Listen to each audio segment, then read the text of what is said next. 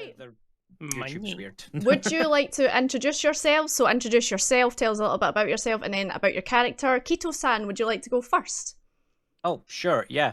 Hi, my name's Kato-san. I'm also a Scottish variety streamer. Also a huge love for things like Bloodborne and Dark Souls and Lies of P and anything else from that genre. Horror games, everything. All my socials are under Kato-san.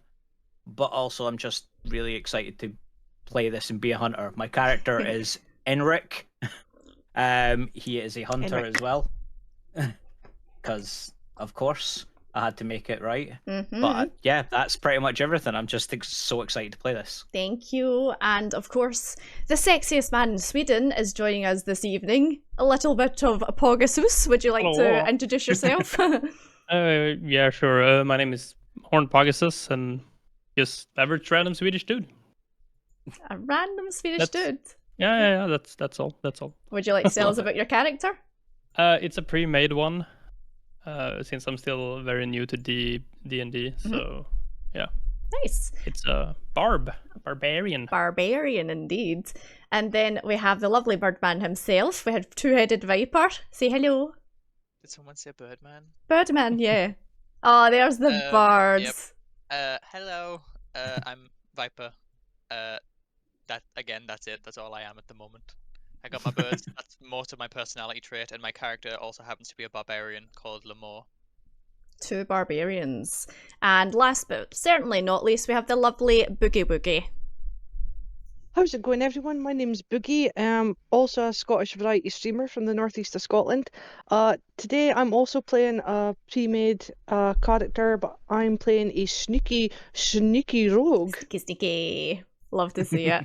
Thank you, guys. Thanks for introducing yourselves. Right, okay, let me turn off this very chill music because it doesn't really, fit the setting, fit the scene, and I'll put on some spooky music and we will get right into tonight's... Oh god, you've all disappeared. Oh no. They're back. Tonight's D&D. We all use stealth. Yeah, you's all disappearing tonight. It's all rolled natch 20s on your stealth. So, let me give you a little rundown of what's been happening in Yarnum and where you find yourselves. The Hunter of the Healing Church, Alfred, has reached out to you and sent you all a letter asking if you will come to Yarnum and meet him in the House of the Healing Church workshop and do a task for him.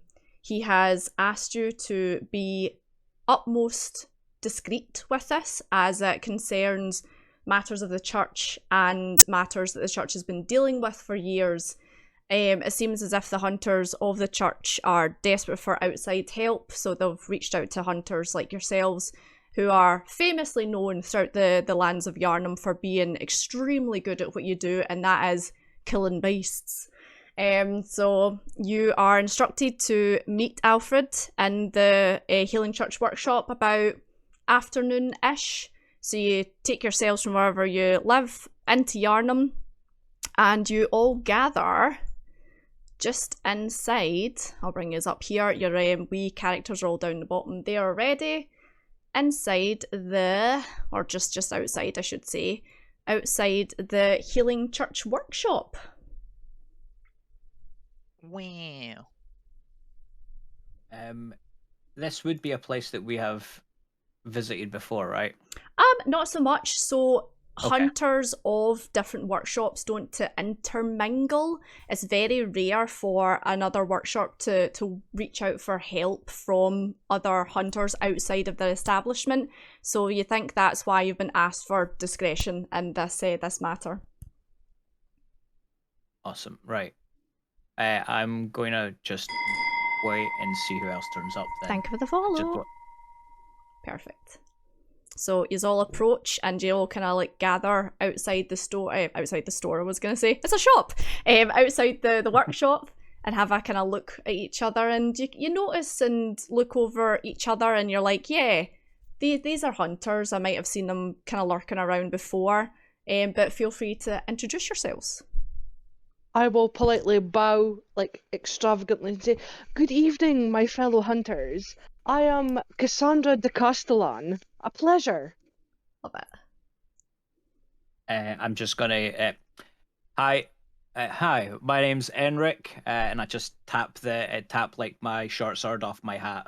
'Cause I'm wearing one of the, like sort of traditional hunter hats. So I just tap it off like a sort of tip the hat style. Nice. Yep. I bang a fist against my chest and just go, Lamore. Yeah, I nod and say, Bjorn. I'm assuming you've all been called for the same reason. I believe I received this, and I pull out like I go into my like cloak, and I'll pull out the letter from like an inside pocket, and I'm like, I believe you have the same letter as I. Rummage in my bag and pull out a crumpled note. Same, like just absolutely wrecked from just. I go here, cool, and shoved it in my pocket. Yeah. Yeah, this is definitely. It seems something's went well above what they expected. So guess we're here to hunt.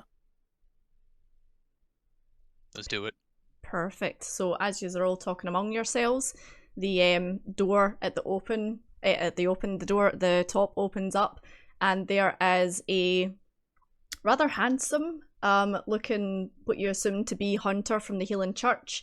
Think Prince Charming from Shrek, essentially, you know, except in Bloodborne. And he's like, greetings, fellow hunters. Come, get yourselves warm. I have some tea ready. And just kind of beckons you forward. I don't drink tea. Oh, Do you have anything other than tea? I might have something in the back, but you know, the men of the cloth. And he kind of gestures to himself. Don't really drink anything else, but I see what I can do. Come. And they wanders off into the building. I'll politely cough and be like, do you have chamomile or jasmine? He's away inside the building. He's walked away for you. Do you think there's communion wine anywhere? That's what I was thinking. And I'm just going to follow him. Perfect. Feel free to move your tokens as well, guys. I've played. I'll dust off like a little stool with my hand and just politely sit and be like, do you have chamomile or jasmine tea? Oh, yes, of course. I have many accomplishments of tea. What would you all like? And he's starting to like pour you a wee chamomile. Oh, delightful. Thank you. Very welcome, my lady. Gentlemen, anything for yourselves or no? Not tea. I'll just stick with some water if you have that. Yes, water, and passes the rest of you a wee glass of water since you don't seem to be interested in the tea. Right, so down to brass tacks, I suppose. I have summoned you all here because we are having a little bit of bother. You see, my master, Master Lagarius, his name is, has disappeared very mysteriously. He was on the trail of some, and he like spits a massive spit on the floor. He was on the trail of some dirty, filthy Vilebloods. Oh, sorry, sometimes I just get a little bit excited. But yes, he went to Castle Kenhurst and he spits again. So you can see he gets really frustrated when he talks about the Vilebloods. And I just like slightly flinch every time he spits. Yeah, he's like spitting at your feet and it's like, oh. Like, but yes, he's disappeared. He took pretty much a small army of healing workshop hunters with him, and they haven't been seen for weeks. I'm the only one left, and well, I can't leave my post. I have to do ceremony and stuff like that here and train the new recruits. This is why I have hired yourselves. I've heard you're all very well-to-do hunters. Would you be interested in the job? You will be paid handsomely. handsomely, you say? Handsomely. How handsomely? Well, and he gestures towards a chest and opens it, and there's like gold and stuff like that in there. Handsomely. You have piqued my interest. Job is a job. Yep, same. Yeah, I'll hunt as long as we're hunting. Perfect. Right. So what you'll have to do is you'll have to leave Yarnum. I have arranged a coach for you. However, it can't take you all the way. There's a little bit of well, an unsafe area, shall we say, that you'll have to traverse through. So the coach will take you as far as Hemwick Station. In Hemwick Station, somewhere, there is a summons that you must find. we believe that the summons is protected magically, and that is the only way that you will be able to get yourself to the castle. There will be a mysterious rock that you may find. You will wave the summons in front of the mysterious rock, and another coach will take you all the way to the castle. Does that sound alright? That's absolutely fine with me. That's Absolutely. fine. Yes. What are we expected to see in this difficult area you mentioned? We've heard rumours of some potential witches living there. Gross. But yes, there might be some witches, there might be some beasts. Of course, there's beasts everywhere in Yharnam. And if you're like laughs and slaps his knee. But yes, not too dangerous. I think you'll be able to dispose of them quite easily. And once you have the summons, the other carriage will take you all the way to Castle Canehurst. But be aware, when you get to Castle Canehurst, that is where the filthy Vilebloods stay, and you do not show them mercy. Do you understand? Yes. Yeah, fire runs. They're going. That's what we're hunting. Sure. Excellent. Before you go, I should give you this, and he hands you all a blood vial each. These work as standard healing potions, and if you wish to use them during combat, I will allow it as a bonus action. So for a standard healing potion, I'm pretty sure it's 2d4 plus 2. So yeah, just let me know if you are injured during combat and you want to, bolster yourselves. Just say, I'm using my blood vial as a bonus action. So he passes you one each. And he's like, right, the carriage will be on its way shortly if you'd like to stand outside and wait for it. Before we go, do you have anything else that may aid us on this, considering that you're saying it's very dangerous? What do you have in mind? Any sort of fire bombs or anything like that we could possibly use? Let me have a look. So he disappears round the back, and you hear kind of clink, clink, clink, and like banging and smashing and stuff like that. And he's like, "Oh, bugger!" And then he comes back through, and he has 2 glasses with a kind of like yellow liquid inside them, and a small bit of cloth stuffed in the top of them. And he puts them down the table. And he's like, "Be very careful. I've heard that these are extremely dangerous when lit. I believe they're called a Muzzle-Toff cocktail. Yes. Muzzle tov. Yes. So you light the end, and then it kabooms, and they will do 2d6 fire damage." I will take one and gesture to the rest of them to try and pick up one if they've got it. You'll have a small bag of holding on you. Cool. Nice. I accept. Perfect. Cool. So Yeah. One muzzle toff, one bolo. Well, I can't even say that. A cocktail each. one fiery cocktail. That's it. So if you're using it in combat, fuck it. I'll allow it to be used as a bonus action. And 2d6 fire damage. 2d6. There we go. I did that to my items. Nice. Excellent. Any more questions before you tuttle off? No, that's fine. And I will actually extend a hand out to shake his hand. And he kind of grabs your hand and holds it and goes, "May the blood bless you, child."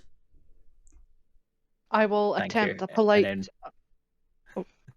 Yeah, on no, you go. that's fine. I just was going to nod and then walk off. Yep. Okay. Walk towards the carriage. I was just going to do like a polite bow and just flutter my cape behind me. Lovely. Yep, that's fine. And he kind of looks at you, Pog, and he's like, "You don't really say much, do you?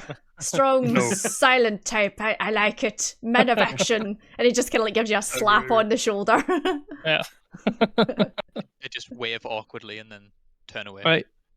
I give a slap back. Oh. A little too hard, not intentionally, but it's since I'm a barbarian. Perfect. He's like, "Ow!" Just rubbing his shoulder. Giving So those finger guns and then back away slowly. perfect. So as you are going down the steps, you hear the carriage pull up, and you look and there is a 4-seater carriage, 2 horses, and a rider at the front, and he kind of like gestures for you to sit in the back. First. Shotgun. Someone could probably sit shotgun. There's two spaces by the looks of it. Yeah, I'll sit shotgun. Nice. Perfect.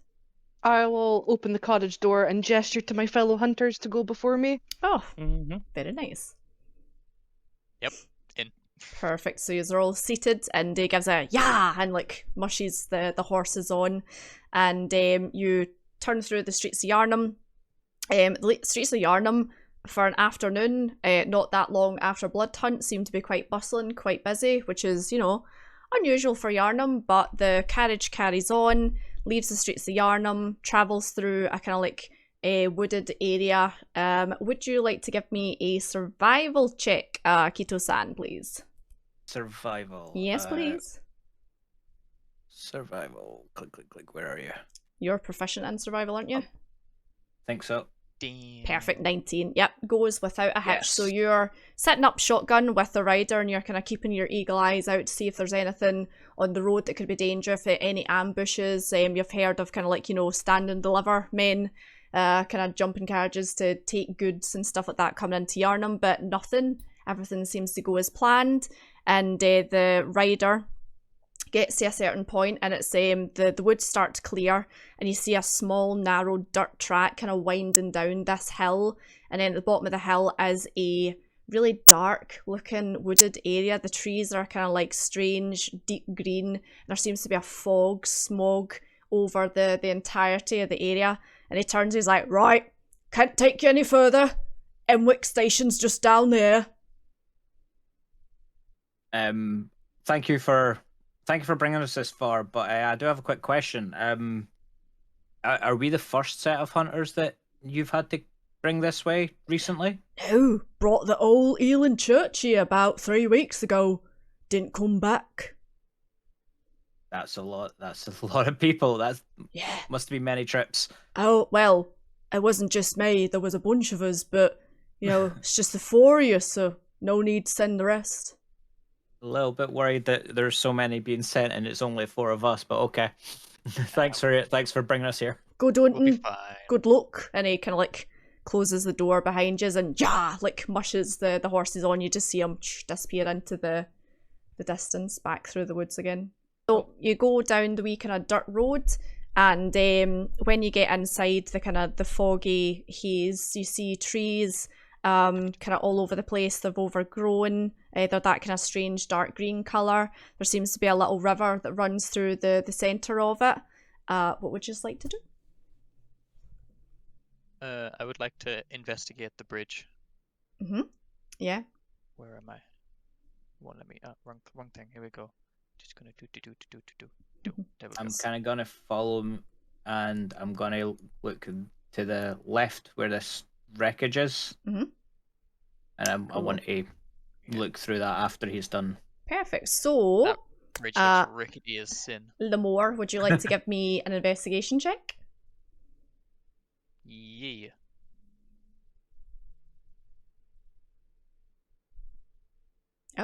Oh, there we go. Looks stable enough. The wood looks a bit old, as if it's maybe been there for a good couple of years, but seems to be sound. And then, Enric, what are you doing?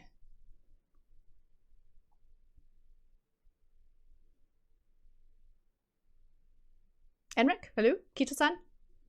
Oh, sorry. Yeah. What are you doing? I want to explore the little I want to explore this wreckage that's here. I just want to see if there's anything like how recent it was, if I can check how recent it was destroyed or whatever.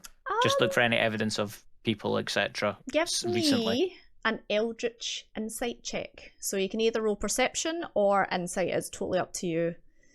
I will do perception. Mm-hmm. Ooh, 24, nice. So I'll take it.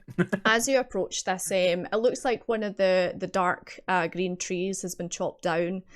However, looking at the way it's been cut, it definitely looks as if it's been done by a kind of blunt object.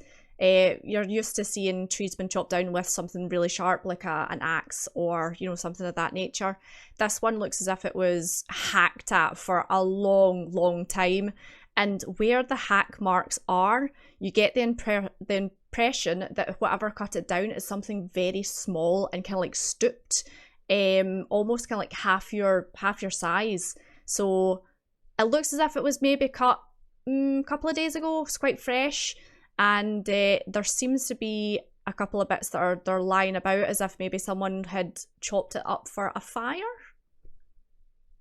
Okay, so I'm going to relay that back to the rest of them and be like, so for these people being brought here this way a while ago, this seems quite fresh. Mm-hmm. Looks like it was chopped up for some sort of camp, So which firewood, probably you will would be further ahead. assume, yeah. Yeah. So maybe a couple of days ahead of us if they're moving in the same direction. So I think we should explore Hi, birds. either side of the bridge. Just let me know what you're wanting to do.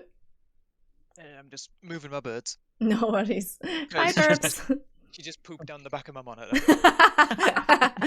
Oh, the joy of having burbs. You're They're not like- paying attention to me. Watch this. Literally. Oh, it landed on my PlayStation. Lovely. Oh no. Get wet wipes. Mm-hmm. I'm gonna start like walking up this way, Yep, like perfect. keeping an eye ahead. I follow. Perfect. Yeah, I'm gonna do the same. I'm gonna follow suit. I'm going to keep an eye out from the bridge. Because I Yeah. have Smart. a history as a soldier. Mm-hmm. So there's always that little wartime paranoia. So as you are traversing further up along the left-hand side of the river that's running, it's really hard to see. The smoke is thick, almost unusually thick. You get this kind of heavy feeling wash over you, and you're starting to think, oh god, if we ever get separated in this, it would be really difficult to find each other. Yeah, Buddha, that thick. So you start to think we should really try and stick together because we don't want each other to get lost. This is maybe, potentially how some of the Healing Church hunters maybe get separated from each other. Do we have torches on us? Yeah, you do. You have explorers packs. Could I light a torch, You please? certainly can. Yes. So as Smart idea. you try to light the torch, the thick, smoggy kind of air makes it really difficult to light. It's almost like it's that damp kind of way. Takes you a couple of attempts, but you eventually do manage to light it, and it lights up barely anything. It's very difficult to see where you are just now. You can see maybe like 10 feet in front of you. Lamar, how does it look on your side? Because there's zero visibility up here. I can't see. Yeah. I Do you can't want see to- anything. Do you want to give me a perception check, Lamar? Yeah. Let's see. What can your eyes see? A 9. No. So yeah, you're looking round and you can see the water and you can hear it running. You can see a couple of steps in front of you across the bridge, but you can just hear your friends shouting at you from inside the smoke somewhere, but you can't really see much. It's not enough. Nope. I can see water. I can see the bridge. Would anyone like to give me a Eldritch Insight? Keto-san, you're on 1 so far, 1 of 4. I will, Katie. You can either choose Perception or Insight, whatever you like to choose. Anyone can do this, by the way, as many as you just want. Ooh, a 15. Right, I'm going to mark you off then. So, Boogie, you're going to get 1 as well. Ass. Right. The digital dice hate you today. The dice gods giveth, the dice gods taketh away. Oh, a damn. Oh, damn, indeed. Oh, nice. Pog coming in with the big numbers. So, yous all kind of like stop for a second and take a couple of deep breaths to kind of catch yourselves and close your eyes and just kind of have a little listen and have a feel around you. And whatever this fog is not natural. It doesn't seem to be coming from, you know, a natural dampness that's in the air. It doesn't seem to be coming from, you know, like a bog or anything like that. It seems to be deliberately made in order to get people lost or to keep people out. Can we hear anything from further ahead of us? You can hear the water, you can hear the wind blowing through the trees, but not from where you are, no. No, okay. Hey guys, I suggest we try and get back out this fog and maybe stick all 4 of us together, because we are not seeing anything from this side. It seems to be like whatever's up like in front of you doesn't seem to be the way. You think maybe across the bridge it seems to be a better destination. Bet. Yeah, let's head back to the bridge. I think it's a much safer option. Guys in chat, can I ask you how the music volume is? Is it too loud, too quiet? Just let me know. Sorry, on you go. I just wanted to double check that. I just I'd suggest we maybe go across this one at a time, because it looks like it's been here a while. I volunteered to go first, just to make sure that it's you know, stable for the rest of us. On you go. I'm not gonna say no. So as you are crossing Boogie, would you like to give me a do an acrobatics check for me, please? Acrobatics. Okie doke.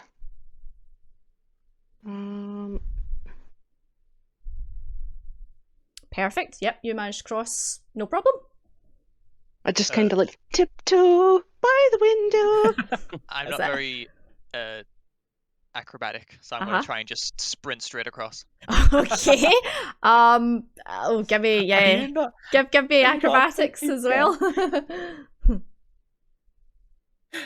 Let's see. The image. Yeah. Oh, you're fine. Yeah, so you're like and sprint across, and it seems to be fine. That's the image of a barbarian. Yep. Across it's great.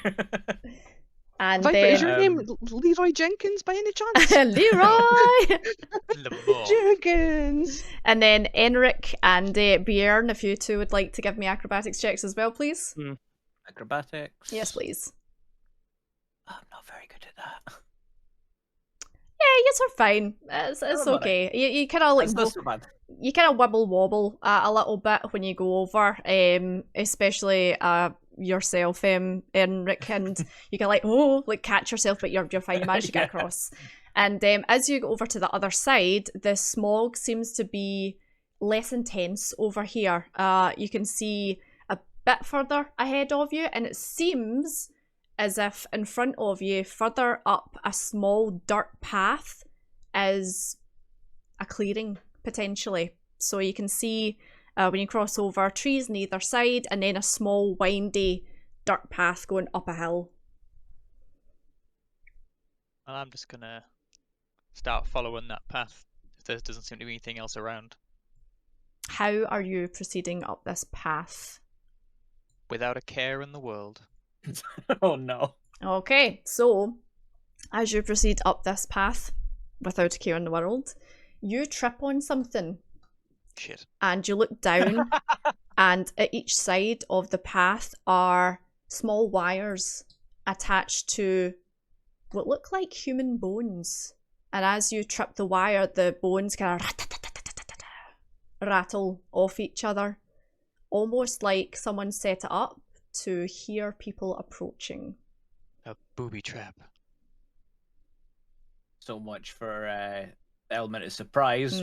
So you would just all alerted everyone. Yeah, you would all hear the bones rattle, and it is chilling sounding.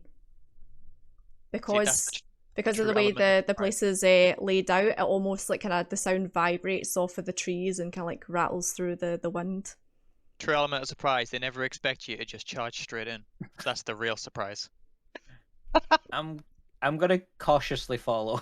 Yeah. I mean, They expect you to try and be sneaky. If you're charging in, I feel like I should join in on the charge. Oh no. Like two barbs charging in at the same time would definitely take people by surprise, right? So, as you get to the top of the peak of this winding road, you see a very quaint looking little cottage. It's maybe got 2 stories to it. There is a chimney on top which seems to be smoking, and it just looks very nice. Very, very polite looking. Gonna gently, sneakily see if I can spy anything from the door. Okay, give me Is there a crack? give me or a stealth check first before you do anything. Stealth. Mm-hmm. Yeah. Okay, and I'm gonna make some rolls, so 2 seconds. I need this sheet here. DM roll time. So. Scary roll time.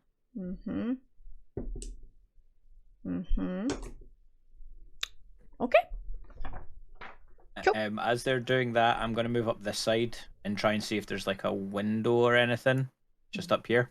Are you approaching stealthily, or how are you approaching? Stealth, very stealthily. Give me a stealth roll then. Hi, Vulgar. Welcome in. Stealth. Yeah, fine.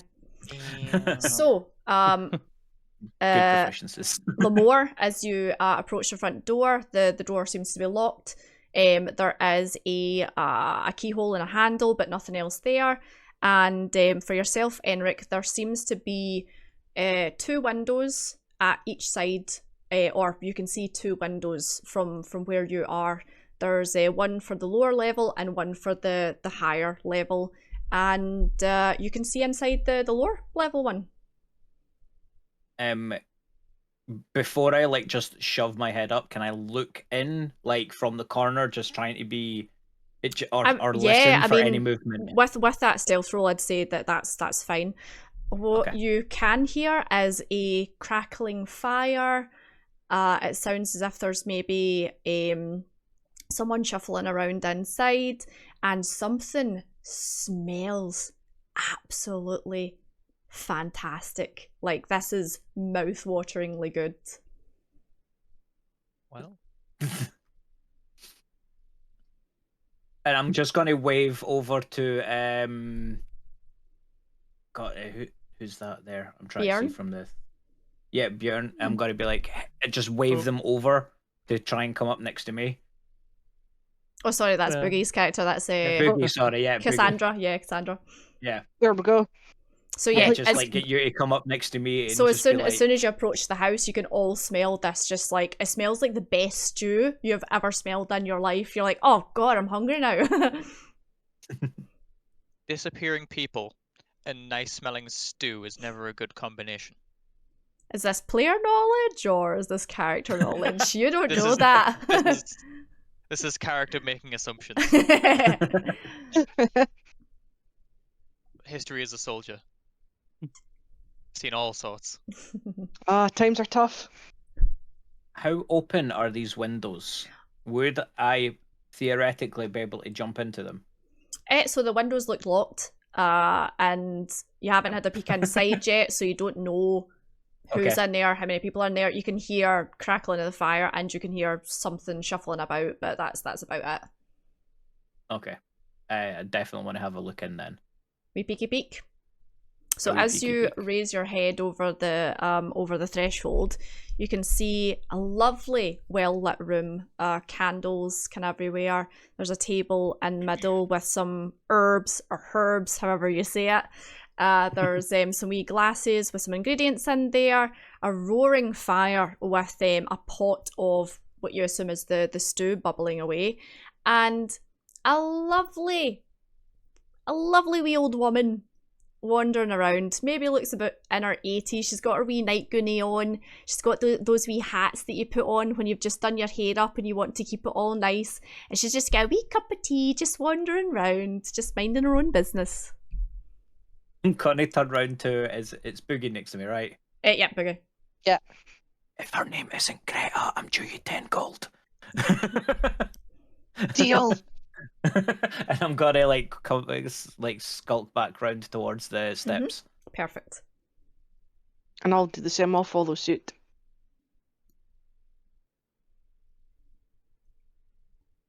What did you see? Just what appears to be a harmless little old lady making her dinner. There's no such thing as a harmless old lady.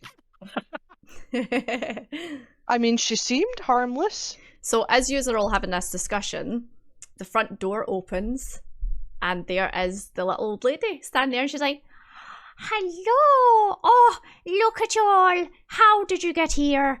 Oh, you look positively chilled to the bone. Why don't you come in for a nice cup of tea? I've just made some stew as well. I don't drink tea, but Fuck you introductions people. first. Oh, I've got some whiskey. You look as if you like a light strong drink." I like already it when you inside. said whiskey, the token moved. That was instant. Straight in there.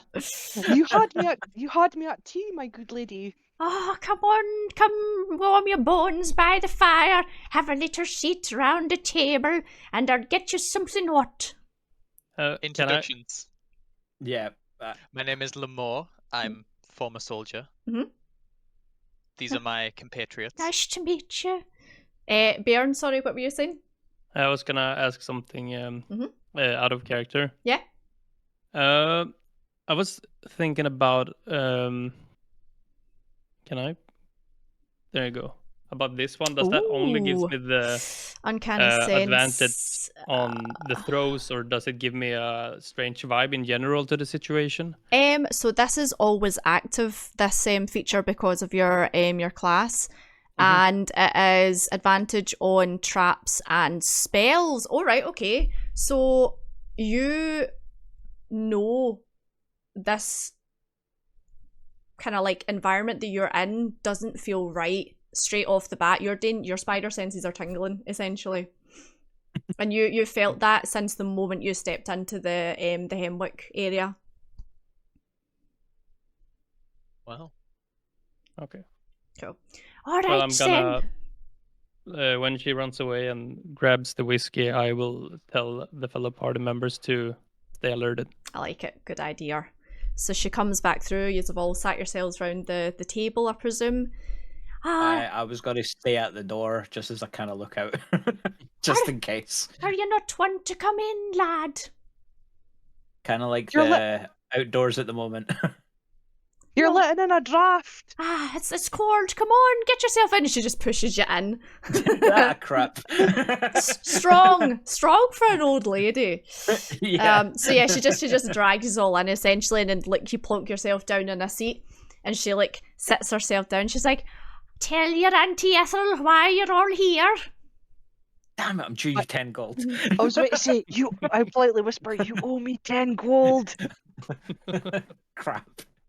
well, we're Do you have a sister called Greta? Oh no, I don't have any sisters. Okay, You still thanks. owe me 10 gold. Okay. And I'm gonna just wait for them to grab the whiskey and dish out. Yeah, and she'll stuff. pour tea, she'll pour whiskey, she'll give you a wee bowl of the stew each. Help yourselves, I've got plenty more where that came from. Thank you, I'm not really hungry, but thanks for the offer. I'll happily take the whiskey, though. All right. And she's like, like slurping up. So what makes you... Oh, sorry, on you go. Yeah, I just want to like first very, very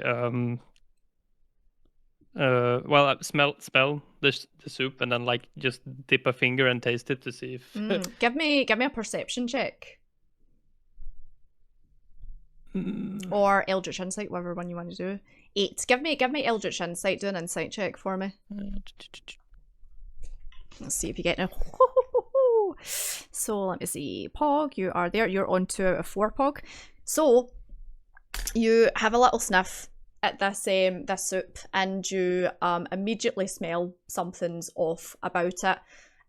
It's strange because it smelled amazing until you get right up close to it, and it smells rancid. You don't even bother popping your finger in and having a little taste. It smells vile. What's wrong? You don't like the taste of the soup, dear? May I ask what you put in this? Oh, well, I caught some lost little rabbits and put them inside with some herbs and spices. Oh, I see. How about you eat it first? Ah, gladly! She's like slurping it down. Oh, Would I be able to know if rabbits would be like kind of native to this area as like that? give 'Cause me it's kind of a weird yeah, give me a survival weird- check. survival check. Mhm. Okay. I mean, Oh god. yeah, it's like you know there's beasts and like rabbits and hares and things like that, but from what you experienced outside, it didn't, like, it was eerily quiet. There was no birds, there was no, like, you know, frogs next to the water, there was no I tripped over bones. yeah, there was no animals running around. It was like, you would describe this as a dead wood. There was nothing here, but she seems to have found an abundance of rabbits. The stew's full. There's big chunks of meat. Kind of strange. Like, because I've noticed that he's a bit skeptical about trying it as well, so I'm just like, I'm on alert as well. Yeah, she's just- slurping this thing down. Yeah. You really do like your soup, don't you? I'm guessing it's an old family recipe. Absolutely delicious, passed down from generation to generation. It's getting lonely here. Are you planning on staying long, or where are you off to? We have a job to do, and I cannot disclose any further. Yeah, we're just passing through. So, Client confidentiality. no, I'm only little Auntie Ethel. I won't tell anyone what you're up to. I'm unwilling to disclose this information. She looks over at you, Boogie, and she, like, grabs your hand, and her hands are really, really cold, and she kind of, like, strokes your hand. She's like, what about you, dear? Would you like to tell me, Auntie Ethel, what you're up to? And I Boogie, shoot her an angry glance. Boogie, can you make a wisdom saving throw for me, please? Oh no. God, oh no! She's the palm reader. Just trying to get the information out of me. Cross her palm with silver so she doesn't curse you. I've got 10 gold. Will she take 10 gold? I will take a wisdom saving throw, please.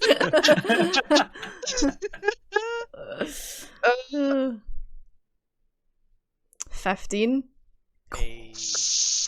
Okay, so you feel a wash of cold energy flow through your hand all the way over you, and it starts to kind of like squeeze round your mind, and you realize it's happening, and you shake it off, and you're like, oh, what the hell? She just tried to cast a spell on you, and you know it now.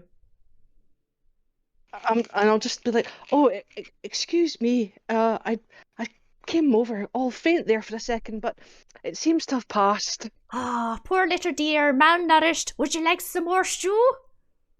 Oh, I'm so sorry, but I filled up on bread. I'm stuffed with bread. Would anyone like to give me a Eldritch Insight check while we're doing this? Insight or perception. There we go. Oh, That's damn! good. Because I was about to say I'm going to shoot a look over to Boogie to check if to see if they're okay. Yeah. Because like that was a weird response.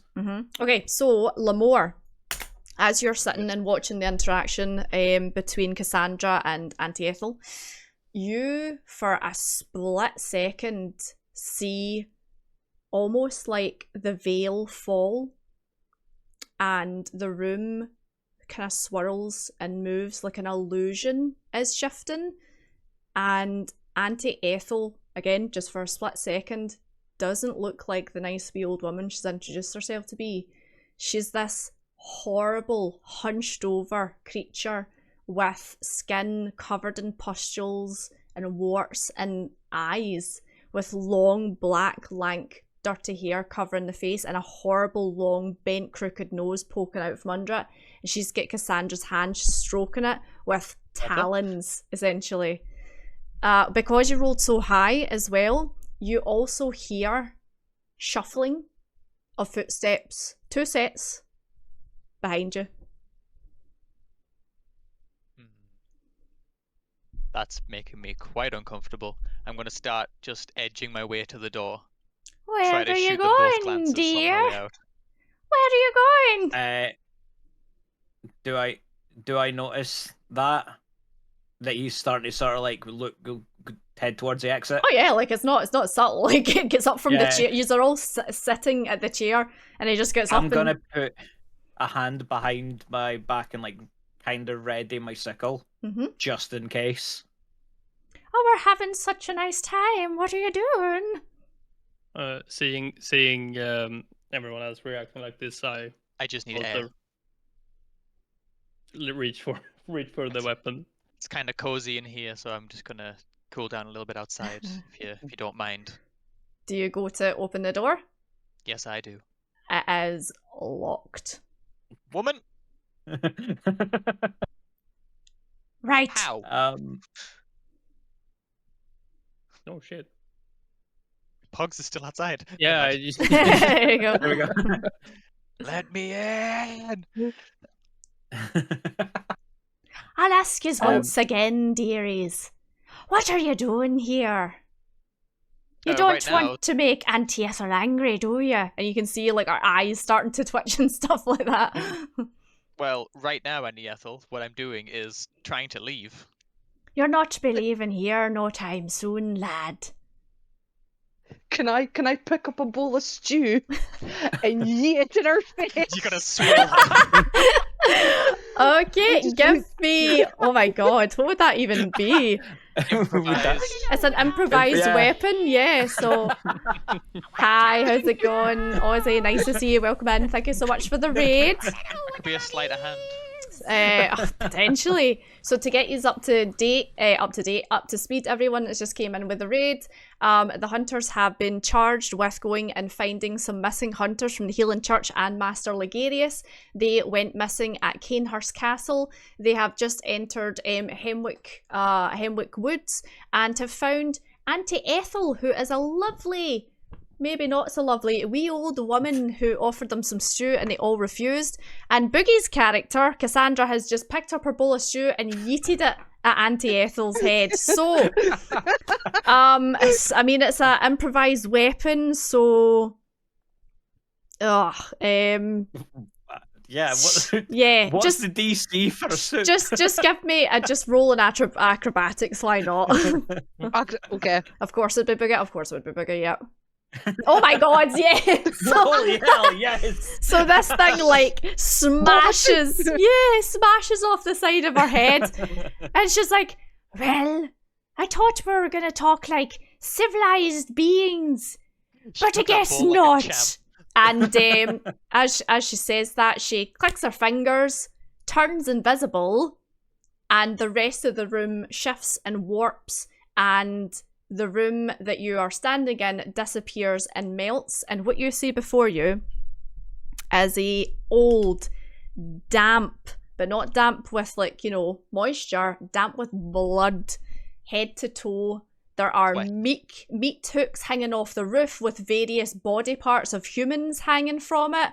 The hearth is bubbling over with stew, and when you have a look inside, it looks as if there's fingers and eyes and all sorts of bits in there. The table which you were sitting at, which had herbs and spices, is now a chopping block with a massive cleaver and blood-stained bits and kind of bits that are being chopped up on the table. And I need you all to roll for initiative, please. Awesome. Evil old women. Evil old woman, indeed. I will roll for Oh god. come as on. well. What do they get to their initiative? A plus. Cool, that's fine. don't like some soup good that looks at rolls. me. Right, so let me see. It'll be the witches there, and then Lamore. And let me see who get what. So Boogie, oh my god, you're gonna be first. So Cassandra. And then a 16. So that is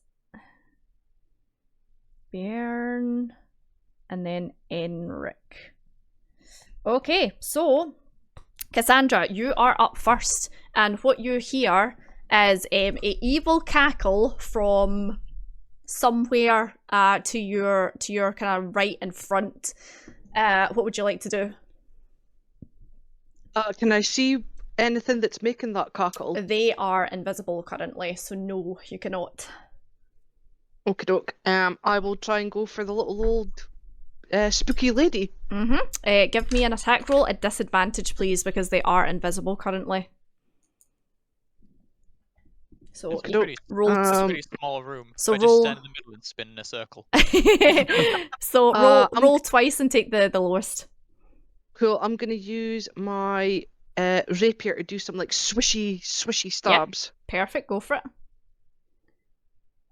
Damn. So a 12 unfortunately misses. So you see Auntie Ethel shape change in front of you for a brief second into this old hag looking thing with the eyeballs all over, and then she just disappears and you're like, oh my god, what is that? And you take a big swing with your rapier and just misses, and you hear that and she's laughing at you. Is there anything else you'd like to do? No, I think that's me for just now. No movement, nothing, you're good? No, I'll stay where I am. Cool, that is fine. So we are then on to Bjorn.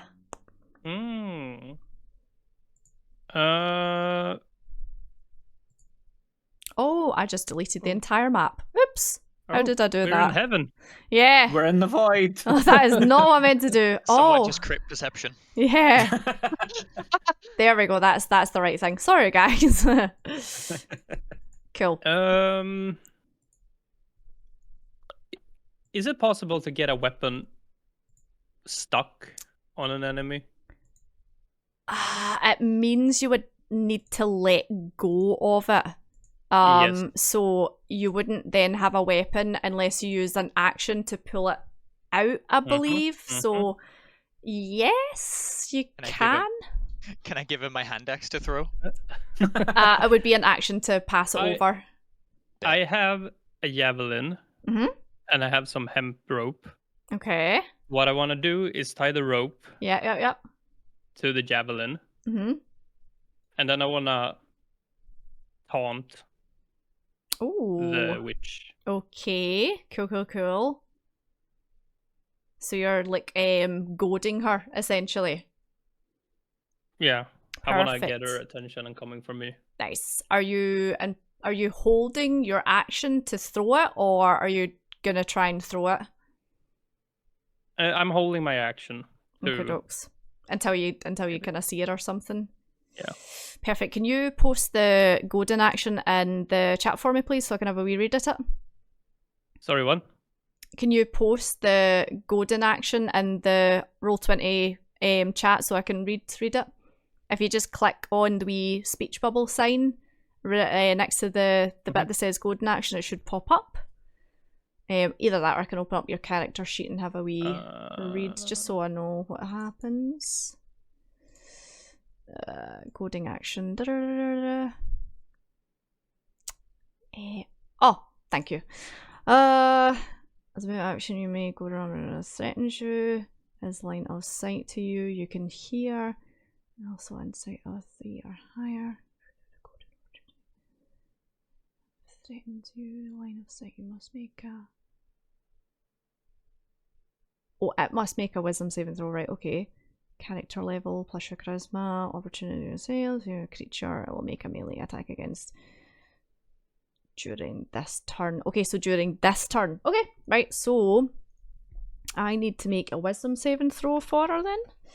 That is, I think that'll be fine. So 16 plus 2, so 18. Yeah, she passes.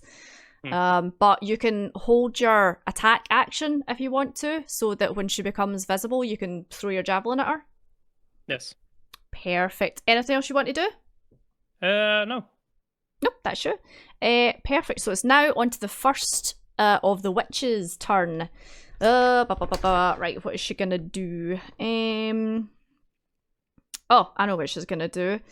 Let me see. Yeah, Pog, can you make a wisdom saving throw for me, please? Yes.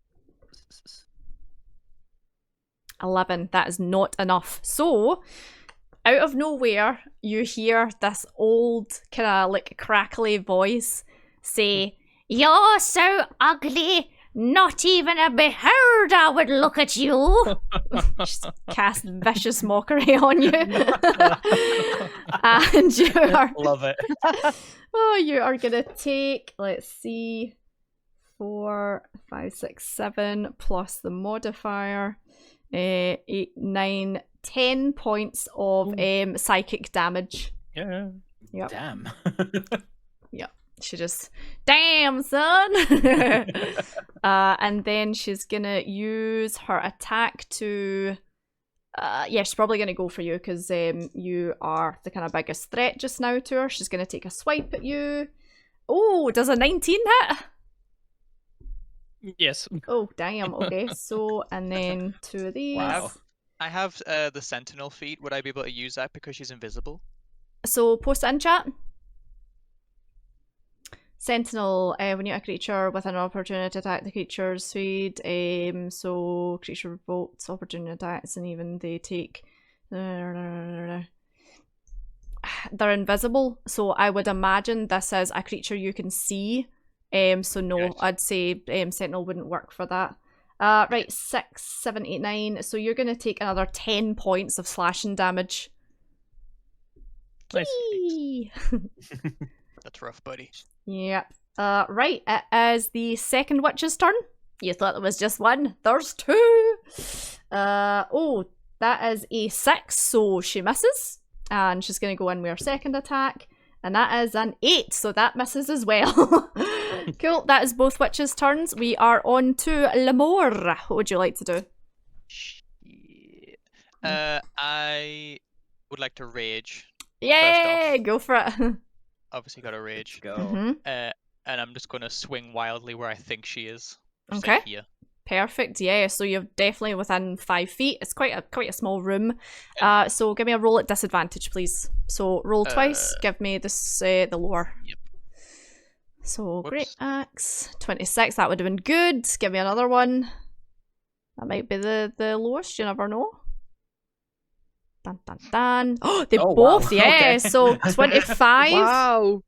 25 definitely hits. So what would you like to do? Describe how you're doing this. I'm just gonna batter with it. Just Just- full on Perfect. angry swing. So that'll be 13 points of slashing damage. So yeah, you feel your great axe connect, and you hear a come from somewhere, and yeah, you go. I also have Ancestral Protector because of my Path of the Ancestral Guardian. Okay, the first target you hit with an attack on your turn becomes a target of a what is it? A spectral weapon? Warrior. A spectral warrior. Until the start of your next turn, has disadvantage on attack rolls. Okay, I'll need to remember that for that one against you. And when it hits a creature other than you, the creature has resistance to the damage. Okay, perfect. Just remind me. Because Nice. I hit it, is she now visible? She will need to make a wisdom saving throw because it's a concentration spell. And she succeeds. Unfortunately, she rolled a 19, so she is still invisible. Yes. I've got another attack Yep, anyway. secondary attack. Go for it. This might break her I'm- concentration. I'm going to I'm just gonna batter again where I think she is. Mm-hmm. You hit her once. You kind of have an idea where she is. Oh, that was a crit. Yeah, Damn. I'll take that since you Nice. rolled a crit.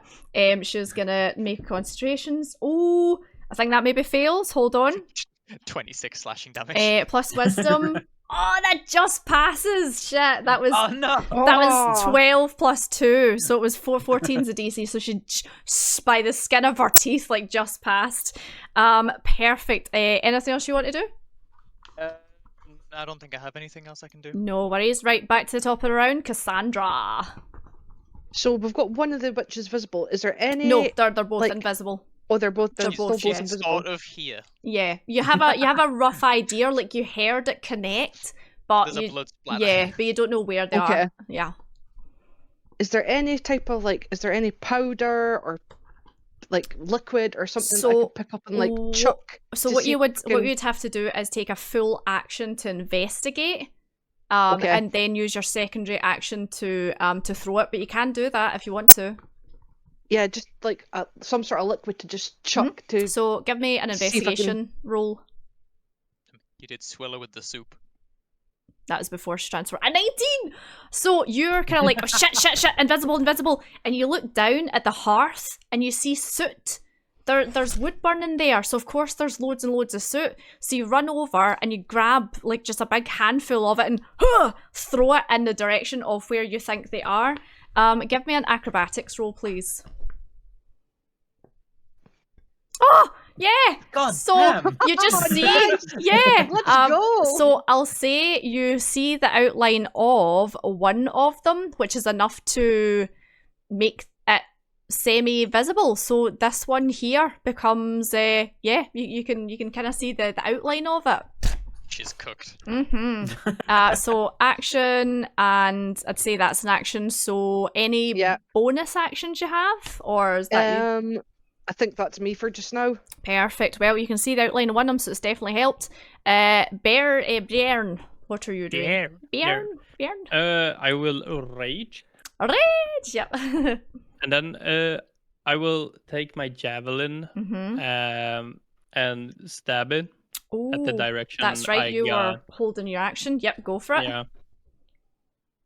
Oh, that definitely hits, yep. So as you see the outline of her in the suit, you just and just yeet it at her. And it smacks into the side of her and she's like, ah! So that was your held action. So you technically still have your actions from this round, so go for it. Oh, okay.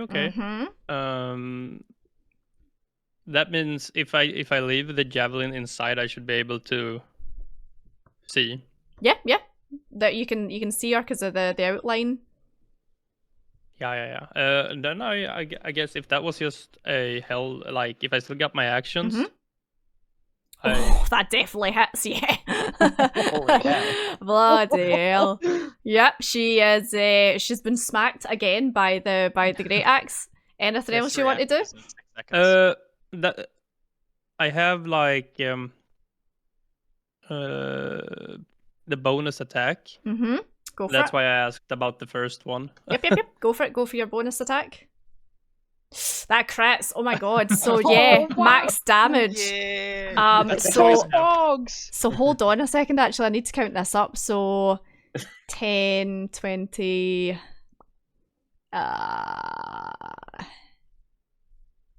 Pog, how do you want to do this? How do you want to take down the first witch? Nice. So I just wanna in full rage cleave her in the middle.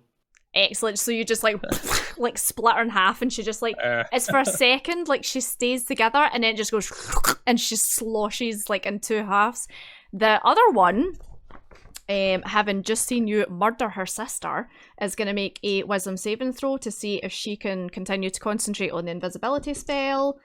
She passes. That's an 18. So you hear her scream like, "Sister, no!" But she remains invisible. Cool. So, Enric, it's your turn. Could I hear where that scream came from? You have a general idea, yeah. So, what can I do to annoy her? Is the pot's kind of in the center, isn't it? The pot is. I'll ping it. So see where she died. It's It's like there. It's on that wall. Okay.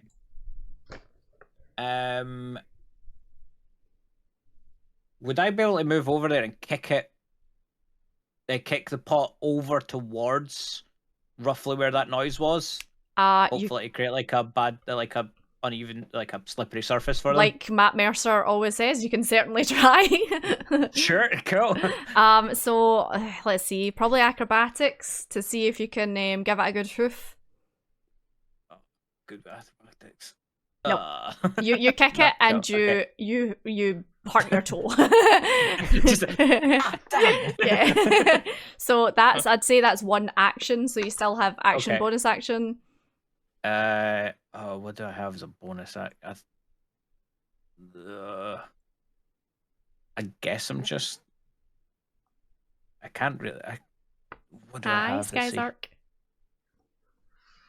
Watching from the car. Drive safe, Skyzark.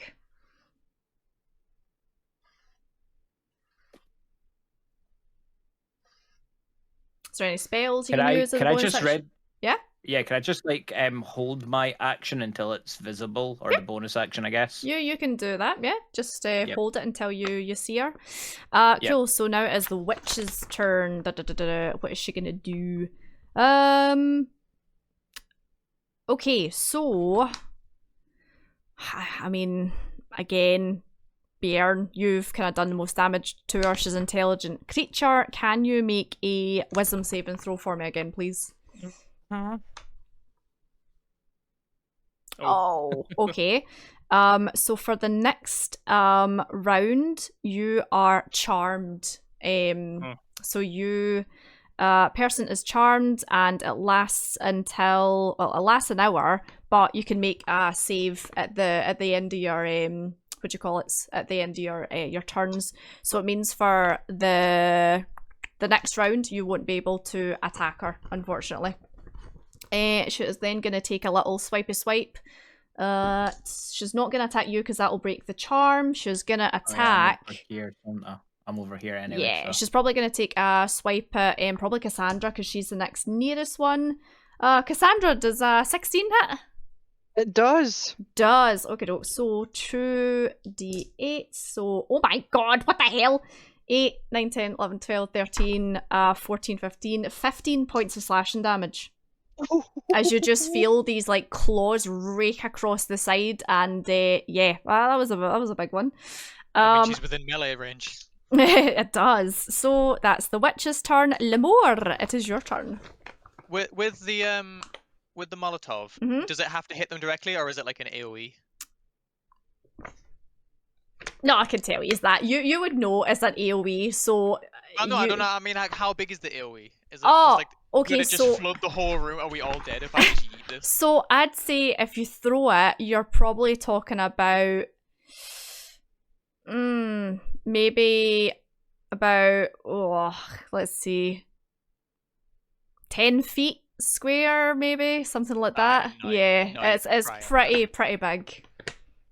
So I'm gonna instead just. It's like Whop. splash damage. Is that 2 19. rolls? Yeah. That's a 19 to hit. Wow. Yeah. So 19 even with disadvantage, that definitely hits. So 9 slashing damage. Cool. Anything else?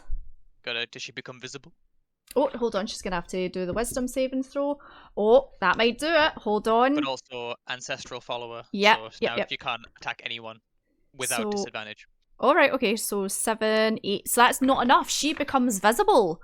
You can now see the dink. There we go. The second witch, and she's standing next to where there we go. Next to your wee protector is. Haven't missed a single attack yet. Let's do it. Anything else? Yeah, I've got another attack. I'm just double checking my. So this isn't a disadvantage because she is visible now. Yep. So I have regular attack. Bop. Beep. Ba-da-bop-bop. 26. Oh, nice. Is a 26 hit? That 26 definitely hits, so 11 slashing damage. Cool. So yeah, as she pops up, you're just like, oh, there you are, and then you just bang, like smack her again. And as you smack her, like her head kind of like disappears inside her body, and the whole body has this like like ripple of gelatinous something, and then the head pops back up again. She's like, ah! She looks a little bit rough. Can I bonus action just like body check her? Just bam. Yeah, go for it if you get a bonus action. Yep, that one would just be a strength check. Would that what kind of attack would that be? Because it would just be like me body slamming. What are you doing? Sorry. Bonus action just to like see if I can shove her against the wall. Oh, down, shove. I think shove's maybe is shove an action or a bonus action? I think shove's maybe an action because it's like an attack. Baldur's Gate gets me once again. Yeah, Baldur's Gate's a bit busted. Yeah, never Nothing. mind. That's all I got then. Cool. Right, You know what? I'll take a step forward. There we go. No worries. Cassandra, she's now visible, and technically, no, she's not flanked because unfortunately, Baird is charmed. So, what would you like to do? I would like to go up and kind of see if I can like poke her in the back several times with my rapier. Yeah, Go for it. Poke, poke. Poke. Give me an attack roll. Yep, 17 definitely hits. So 6 piercing damage. So you just get your rapier out and you're I'm just gonna go, aiming at the eyeballs. You're like poke, poke, poke, and you see the eyeballs like blinking rapidly as you poke them all with your rapier. Is this rapier bull rap? Would you like to give me an offhand attack or anything like that? No, I think that's me. That's sure. You've got your Yep. offhand at level 5. So you do a regular attack and then your offhand attack. Oh, right, okay. So you should have a dagger on you. Oh, I do. Yeah. Give- Sorry, give Kate, us- I didn't No, realise. you're fine. You're fine. Go for it. Oh, that definitely hits. Yeah. So as you've like Nice. used your rapier to poke the eyeballs, you then just like dig out your dagger and then just poke the eyeballs on top of her. Like it's kind of like, you know how like whack-a-mole. It's like whack an Yeah. eyeball with a dagger. Perfect. Brienne, but Bjorn, sorry, unfortunately you're charmed. However, give me a wisdom saving throw, please. Oh, It doesn't do it. So you're literally just standing there dazed. Cool. That takes us on to Enric. Can I, since they're now visible, can I do my longbow and take a shot Yep. at them You were from holding. where I am? You were holding your action, weren't you? Yep. Go Oh for yeah, it. yeah. Go for it. Oh, 23. Yeah, definitely hits. So you then release your bow and it smacks into again one of the eyeballs, and she's like, ah, and yeah. I've got extra attack, Mm-hmm. and So- I gain a +2 bonus on my attack anyway. All right, cool, that's Because fine. you were holding that action from the last round, you have your Okay. action and your bonus action for this round as well, remember? Oh, so I can do 2 more. Yeah, you can. I'm just going to loose arrows as like rapid. Go for it. That definitely Nice. is. Oh my god, yep. And again. Oh my yes! god. Nice. Keto-san, how do you want to do this? Yes, I'm just gonna like try. I'm guessing it's kind of got a face, like an you active see face. the nose like poking out through the sludgy splitting its black nose. hair. I'm splitting Oh, ouch. Okay, yeah. Right through. That is nasty. So yeah, you let the arrows fly and you like land one right in the center of the nose, and then you let another one go, and that one splits that arrow and then systematically splits her nose and goes straight through it, and she just like freezes and then falls down dead. And Bjorn, you shake out of the charm person spell as well. Congratulations, she's just killed the witches of Hemwick. Yeah, Let's nicely done. go. Yeah. Well done, guys. That I knew something was off when her name wasn't Greta. So, what would you Ah. just like to do? Loot. Yeah. Can I check yeah, for back. specifically items of the church, like people from like Ooh. like specifically for, because if it's bodies, I'm assuming it's the people that got brought here. So whoever's doing like an investigation stuff, give me investigation rolls. Javelin back, yeah, that's fine. It's covered in sludge, but you managed to like shake it off and then put it in your back. I've got the worst investigation. Yeah, so you kind of like find meat, and more meat, wouldn't you believe? 17, yeah, so when you're going through everything, Enric, there is piles of bloodied church garbs. There are symbols of the church, like their holy symbols, and there as well you find maybe about 10 of them in different states of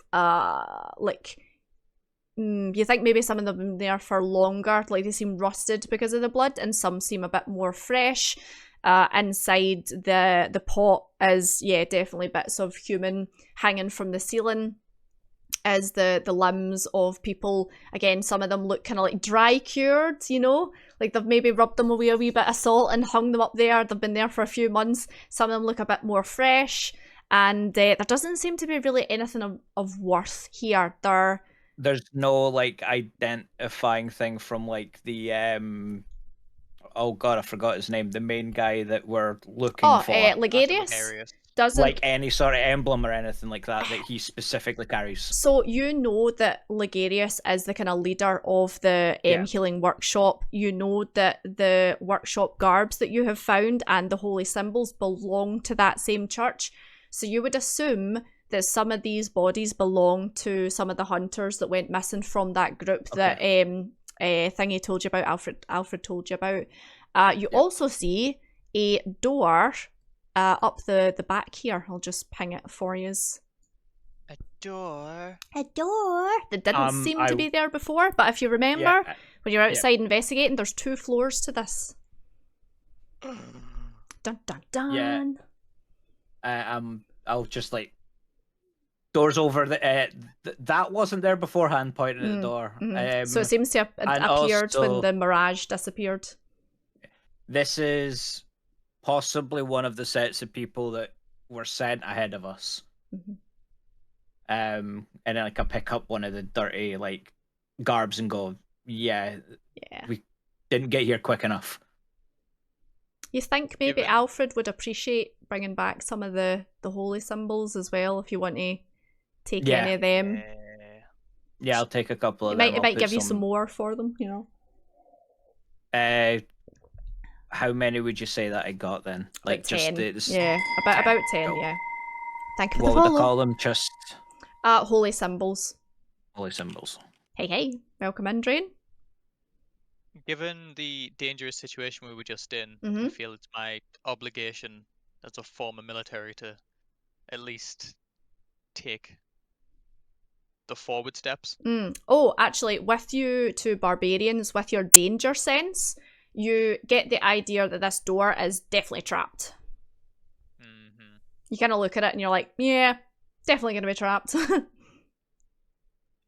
I'm going to relay that to everyone and clear the doorway. I'll force you over there as well. Go away. For some reason, I can move his token. That's fine. I think Prod at it with my axe's handle. Cool. So, what would you like to do to the door? I would like to try and disarm the door. Ooh, Alright. yeah. So give me a sleight of hand, and you're proficient in this because you're thieves' tools.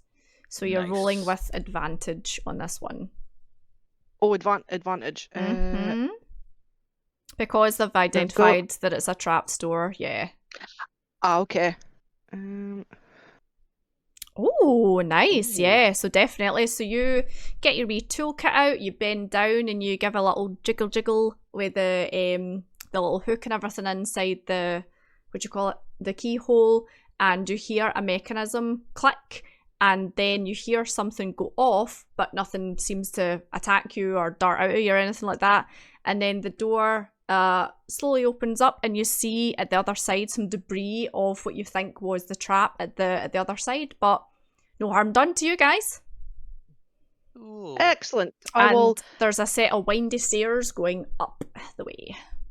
Let's go. I'm Little going in. twisty stairs. Once again, completely carefree. God, That's fine. I'm gonna guess this is a trend as you're walking up the stairs. And same again, when you go up the stairs, there seems to be those wee bone traps at each side, but witches are dead, so, you know, that doesn't really do anything. Get up to the top of the stairs, and lo and behold, another door. Adventuring parties love doors. Love it. Love Give it a it. little tap, tap, tap, tap. Yeah, it doesn't seem to be trapped, this one. And I'm gonna just kick that open. Cha. Cool. Full force, just So, bam. Because then if there's anything waiting for us, you just hoof it open, catch it by surprise. So what waits for you is a wave of flies that swarm towards you and just like hit you in the face and like swarm off down the stairs. And you walk into what looks like an abattoir, but for humans. You thought downstairs was gross. This place is 10 times worse. It is vile smelling as well. I can smell that down here. What the hell is up It's there? rancid, yep. Just gonna give them a bit of a warning before they come up. That's foul. There's essentially like a pile of bodies in a kind of like a pyramid shape, right in the center of the room.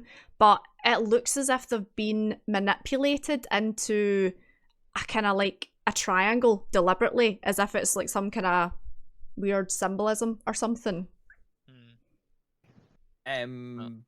Would we have? I'm gonna then follow up, but would I have any? Would I be able to see if it resembles any symbol I would know? Give me an Eldritch insight, please. Eldritch insight. Yeah. Where are you? Where are you? Not Come on, so read. There we go. Oh, I do it every time as well. perfect. Yeah, right. I'm gonna. Where are you? Right, so you are at 2 out of 4, Keto-san. Pog, you're 2 out of 4 as well. Boogie and Viper, you're sitting 1 out of 4 for Eldritch Insight. So, looking at this, Rancid Abattoir, it's a Rancid Abattoir, yeah.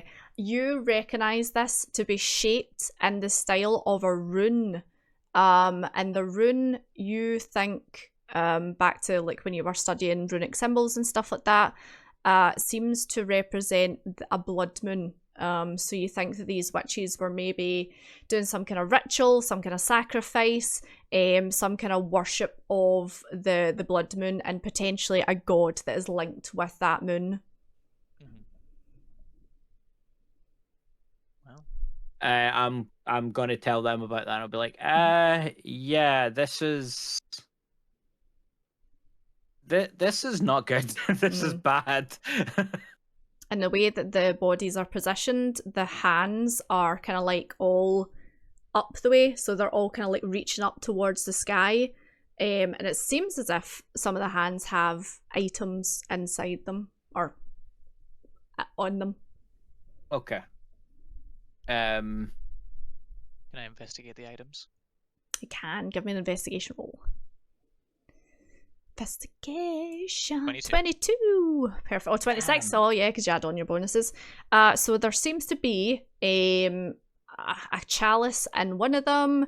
There's a bone, a kind of strange shaped bone in another one.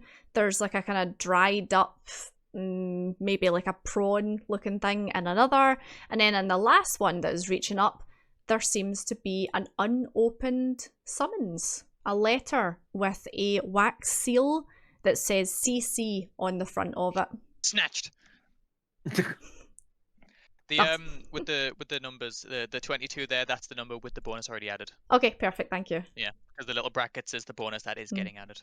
So yeah, you have what looks like an unopened summons letter, and the CC on the front of it, you would assume, stands for Canehurst Castle. If you remember, we told we were allowed to open it, or do we just have to retrieve it?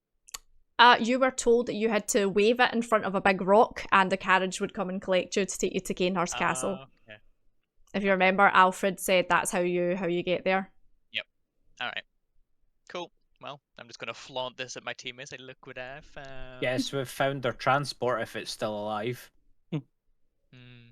Yeah. Well, we got what we came for. No need to stick around, I'd say. I would like to have a look for more holy marks. Yeah, give me investigation. 13. So the majority of the bodies that are positioned this way seem to be from either the Healing Church or other hunter workshops.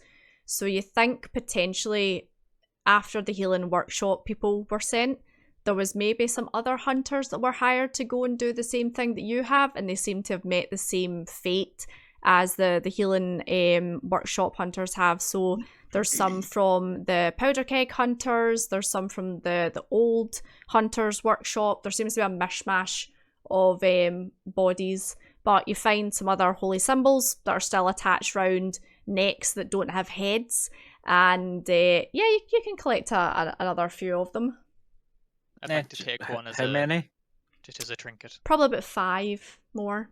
I'll give one over to him then, since he seemed to be curious about them. So I'll take 14. 14, perfect. So I yeah, wrap one around my axe. Ooh, just to make it pretty. Very nice. So yeah, it's the symbol of the Healing Church, and you manage to get some string and just wrap it around. That's fine. Is there anything else noteworthy within these walls? It doesn't look like it, no. It seems as if this was somewhere where they done this ritual and potentially kind of like just chopped up bits of meat to take downstairs to then put into the stew. Then I'll start making my way down then.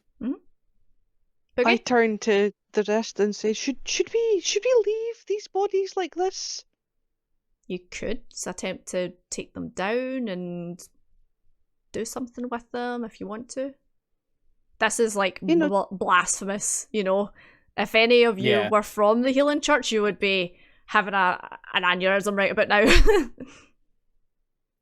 I'm assuming you want to show your respect, so if you're going to do that, I'll help.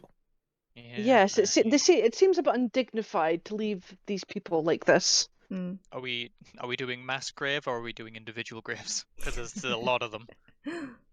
How much time are we dedicating to matching limbs to bodies? I mean, you could build a pyre. You have your Molotov cocktails. Yes, I was literally going. We could burn the place down. Yeah. But ceremoniously. Gotta step outside first. Yes. Yeah, I'm gonna step outside and ready, I guess, my Molotov. Yeah, no worries.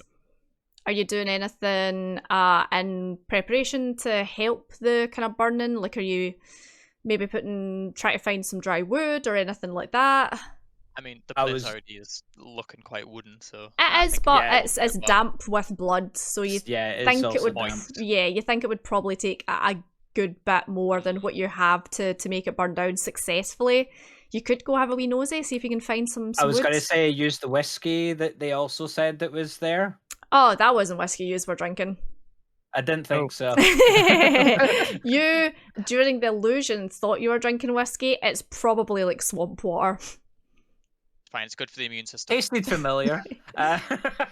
Constitution saving throw to see if you get diarrhea. Oh, god damn it. You all shit yourselves. End of the game. Yeah, you shit yourselves to death. You all die of dysentery. There we go. Game over. So funny. But yeah, I'm gonna let Boogs do their thing of like how they want to make it. Yeah, just tell me your ideas. Yep. And then I'll torch the place. Yeah, I'm just gonna like try and disassemble this like blasphemous symbol as best as I can, and just like lay what body parts that I can find and that I can see, like just in a row. So it takes you a little bit of while because they've all been kind of tied together quite tightly with ropes, and rigor mortis has set in as well. So maybe it takes you about an hour roughly to do it, even with someone else's help. But you managed to get them all down and lay them all respectfully and kind of like, drape the other hunters' cloaks on top of them and stuff like that.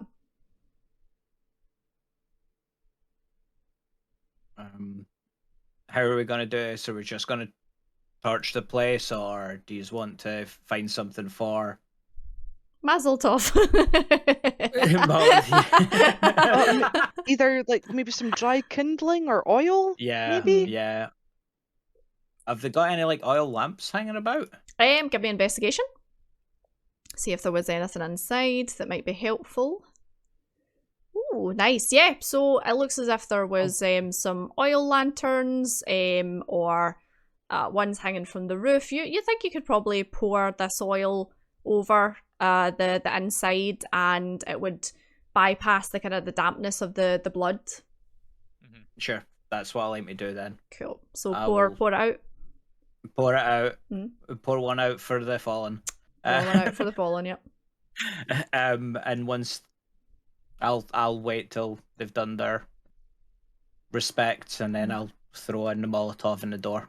Perfect. Yeah. So immediately lights up between the oil that's in the Molotov and then the oil that you've poured all over the place. You see the flames take hold of the downstairs, and then it travels upside down, I was going to say, up the sides, and then eventually you see smoke billowing out the top windows as well.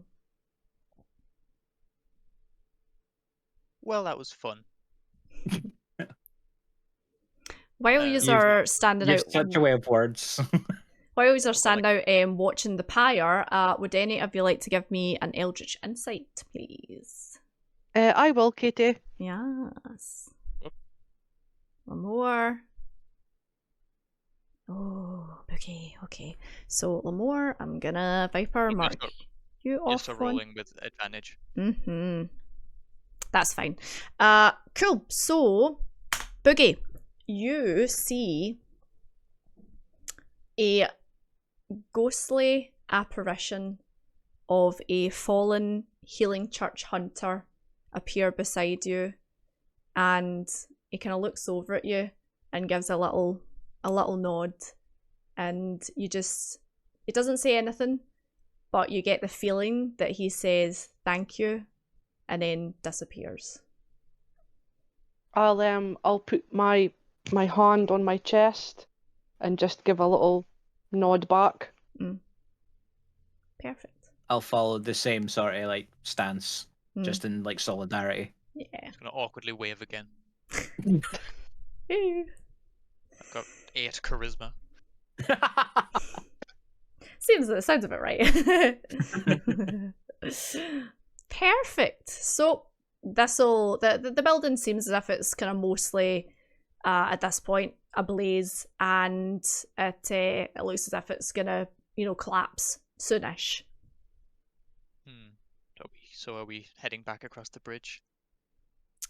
Can I look across the bridge to see if the I should say that the smog's fog. away? Yep, I was going to say the fog has now lifted as well. The curse, it seems, or the spell that had taken hold of this place has lifted, and the fog's lifted. The dark kind of weird green of the trees has stripped away as well. They seem to be a more autumnal kind of colour now. And you see across the bridge, I will zoom out a little bit, over here, a massive stone, which you think is potentially the stone that you were told about, the one that if you use a summon on will potentially take you to Castle Canehurst. Wow. Yep, I'll follow behind them. Just kind of keeping an eye on behind me, because I'm like, can't trust anything now, like anything. Do I have to acrobatics again? No. You made it across once. You know now how the wood is placed, and you kind of realise, right, that bit's a bit rickety, but if I put my foot here, it'll be fine. So yeah, you don't need to. I would have succeeded. You just sprint. You're like a gazelle, ding, ding, ding, like bounding across it. Very graceful for a barbarian. Yeah, I don't want to trust the dice that it will make me fall in the water. So I'll just take the win. Merciful DM is merciful. Yeah. But you cross all the way over. You see a couple of bones along your way, and you think these are the bones that have maybe been like chucked out after they've had a meal. And you come across a really solid, sturdy looking a fallen tree across the water, and further up you see a massive stone that seems to be of a darker colour than the rest of the gravel and groundwork round about where you are just now. We can't really see over this side at the moment. I don't know how to ping. Oh, like there we go. Here? Yeah, I can't. So I want to like go up and check to see if there's maybe another way over. Yeah, go for it. Just go and give me here, investigation. Investigation. Nothing. You look across and you're like, nope, definitely nothing. You think that's maybe my only 20. Yeah, I know that's going to be my only 20 as well. Damn it. You think, like, you're looking at the tree and you're like, it looks really, really sturdy. I think it will be completely fine. You think, if I potentially have a grappling hook and some rope, if I really don't want to cross over the tree, I could throw it over and it might catch a rock, but it looks. Throw you. Trust me. I think you're going to be fine. I think you're going to be fine going across that tree. It looks real sturdy. It's been there for a while, I guess. And I'm just going to slowly walk back like being like, yeah, I totally was just checking for the tree to be sturdy. So yeah, the tree's completely fine. You make your way across, no bother. And you get to the foot of this massive, really dark obsidian kind of grey stone, and it seems to have some carvings on it. Don't mind, give them a little touchy touch. Touchy touch. So yeah, if you give it a little touch, you run your fingers across it. They're smooth. It looks kind of weather worn. It looks as if it's been here for a long time, and it is all in runic. Damn, I don't speak runic. Do any of us? I can't remember if I took that. You could give me a Eldritch Insight check if you want to. Really, I don't want to. 8. So you look at it and you're like, yeah, you're like, runes. The one rune that you do recognize, and it repeats itself a couple of times, is blood. You see the rune for blood a couple of times, like on this message. What's that smell? What's that smell? Blood all over the shop. Right. Yep. There you go. So the blood rock. How was the runes made? It looks as if they were carved. Okay. Quite a long time ago. Like I say, it's quite weather worn, so it's a bit smoother than what it probably was originally when it was first carved. So I'm just gonna flail my letter in the air. Like you just don't care. Yeah. Perfect. Gotta do it as a full performance. Okay, with a -1. Oh, it's fine. So yeah, you take your letter out and you give it a little shake round, and you're shaking, and you're shaking, and you're and yeah. Mr. Coachman. You're kind of like, I got a couple of minutes past, and you're like, so there meant to be someone coming, or are we at the right side of the rock, or is it meant to be on the other side of the rocks? My legs are getting tired just standing here. Just gonna. Yeah, just flail it as I walk around to see if there's anything else going on. Just gonna like circle it. Yeah, you never know. Circle it in a blind spot somewhere. Circle it for a couple of minutes and nothing seems to happen. Can I take my dagger and prick my finger and put a drop of blood on the stone? Ooh, yes you can. And as you do that, I was going to call you Eleanor there, that's your other character. As you do that, Cassandra, the blood from your finger trickles down the rock and almost kind of like shifts and sets inside the runes, and it fills the entirety of the runic symbols, and you hear... How much blood did you give? It seems to be, multiplying unusually, because you only pricked your finger a tiny bit, and as you do that, you hear as a massive black carriage with 2 enormous black horses and a rider come screaming down the rocky road towards you, and the rider pulls on the reins just before the horses hit you, and these things tower over you. You think like one hit with this hoof would crush a man's head, and as you look up at the rider, he is headless. Oh. He's wearing a knight of armor set, but no head. I believe How does he know where we're going? Sorry, intrusive thought. What? Sorry. Called muscle memory. So yeah, the carriage seems to have appeared. Do I give him the letter? Do I just flail it again? So as you flail it, the headless carriage man holds his hand out to you. I'm gonna give him the letter. Perfect. So he opens it up and reads it, holds it in front of where the head should be, and then folds it back up and bends down and opens up the carriage door for you. How did he know what? Right. Let's just go on. My brain's just my brain's just going mental, being like, how the hell did they do that? What? Why? How? Just walk in. Yep. Just dive straight in, not a care in the world. It is I'll give the Can we quote lush. that? It is Not a care in the world. lush inside this cabin. There is like cushioned seats. There's wee kind of like curtains you can draw over the windows. There seems to be some glasses down at the sides with some beverages of some kind. It's just lovely. and just everything's covered in velour. Velour Yeah. everywhere. It's nice. It's cozy. And I check the drink to see it's actually alcohol of some kind. Give me a So I'm now stodgy. give me a perception check. Perception. Ooh, you know exactly what this is. You recognise the branding. You've only ever heard legend of it though, because you don't get this stuff inside Yarnum. This stuff is exclusive to Castle Canehurst.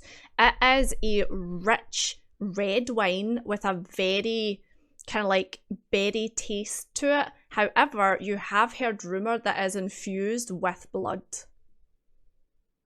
I'm still gonna Yeah. take Yeah. a glass. Give I'm a like, little- yo, don't miss your chance, guys. This stuff Give is... a little swig. Yeah, There definitely. seems to be maybe like two bottles of it in the carriage. Well, what's everyone else going to drink? That's what I was thinking. I will fight you for the bottle, but no, right? We'll share. It's fine. Also, This when stuff's... when you sit down, Lamore, and when Bjorn sit down to your massive, this is meant for The whole carriage is just Probably- leaning. it's probably made for two people to sit comfortably. So you are literally sitting there like with your shoulders up at your elbows. Please say yous are both My on one shoulders side, at so my like it's all... elbows. Yous are both sitting on one side of the carriage, so it's tilted the whole time. Poor Cassandra's having to sit half on someone's knee, like. So as you are settling down, you hear a bang on top of the roof, and the rain's going, and the carriage takes off. Can I grab a short rest during the trip? Oh yeah, it's gonna take a couple hours to get to Canehurst, so I would probably say you get a full rest. This is a long journey. Canehurst is Awesome. miles outside of Yarnum. Would any of you like to give me a history check, actually? Yes. Yeah, go for it. Yes, things happened here one time. Oh my god. Yeah, things definitely happened. Oh, come on. Cassandra, you're our only hope. You're our only Please. hope. What was it? History, please, yeah. Come on. Oh, nice Hey, skill. okay, that's So, fine. as you have time, you kind of figure out that you've got time to kill. So Cassandra is like, so, any has heard anything about Canehurst? And he's like, no. So Cassandra, Making things up. then tells you about Castle Canehurst and about the Vilebloods. So the Vilebloods were never always known as the Vilebloods. They were actually a long time ago referred to as the Purebloods. They are a long line of royalty from outside of Yarnum, and they keep to themselves. They've never integrated themselves into Yarnum society or any other societies outside of Yarnum. They have a castle, and they seem to rule the lands nearest the castle. However, many years ago, the church started a rumour that the blood that was being circulated inside of Castle Canehurst had become impure. And so, for centuries now, you think, the church has been sending knights to Castle Canehurst to exterminate what they now call the Vilebloods. Whether this is true or not, whether the blood has been corrupted and has become impure, no one really knows. However, it seems as if the Vilebloods have never fought back. They've always kept to themselves, kept their pride, never invaded or attacked Yarnum. It seems to be a one-sided invasion. But yeah, apart from that, very mysterious, kind of keep to themselves, and maybe find out more once you get there. It sounds like true cowardice. Hmm. This is Typical a rich nice people. reception. Yeah, nice reception for a bunch of hunters getting sent somewhere. Just looking around at like the really fancy carriage ridden, like yeah. this is not something I'm used to at all. So the Vilebloods aren't completely innocent. They do murder anyone who comes to the castle uninvited, and you have heard rumours of them being displayed outside the castle grounds on spikes and held high up above the castle walls as a warning to keep other hunters and people who might do harm to them outside of the castle grounds. 1 second. Mhm. There we go. Go for it. I have my summons. I wrote on it. Nice, I got my nice. summons. But what's everyone else gonna give? The wine is good. Strangely enough, as you are drinking the wine and finish the 2 bottles, they refill. Yo, mind is blown. I'm just Yeah. like, Magic bottles. will this work? Can it? Witchcraft. Will it work if I take the bottle? I I kind of want to keep the bottle, and I'm Imagine- gonna put the bottle in my pocket and be like, "This might work." Imagine you spill Noted. it, but you don't realize you've spilled it. It just keeps going. It just keeps going. you didn't put the cork in right.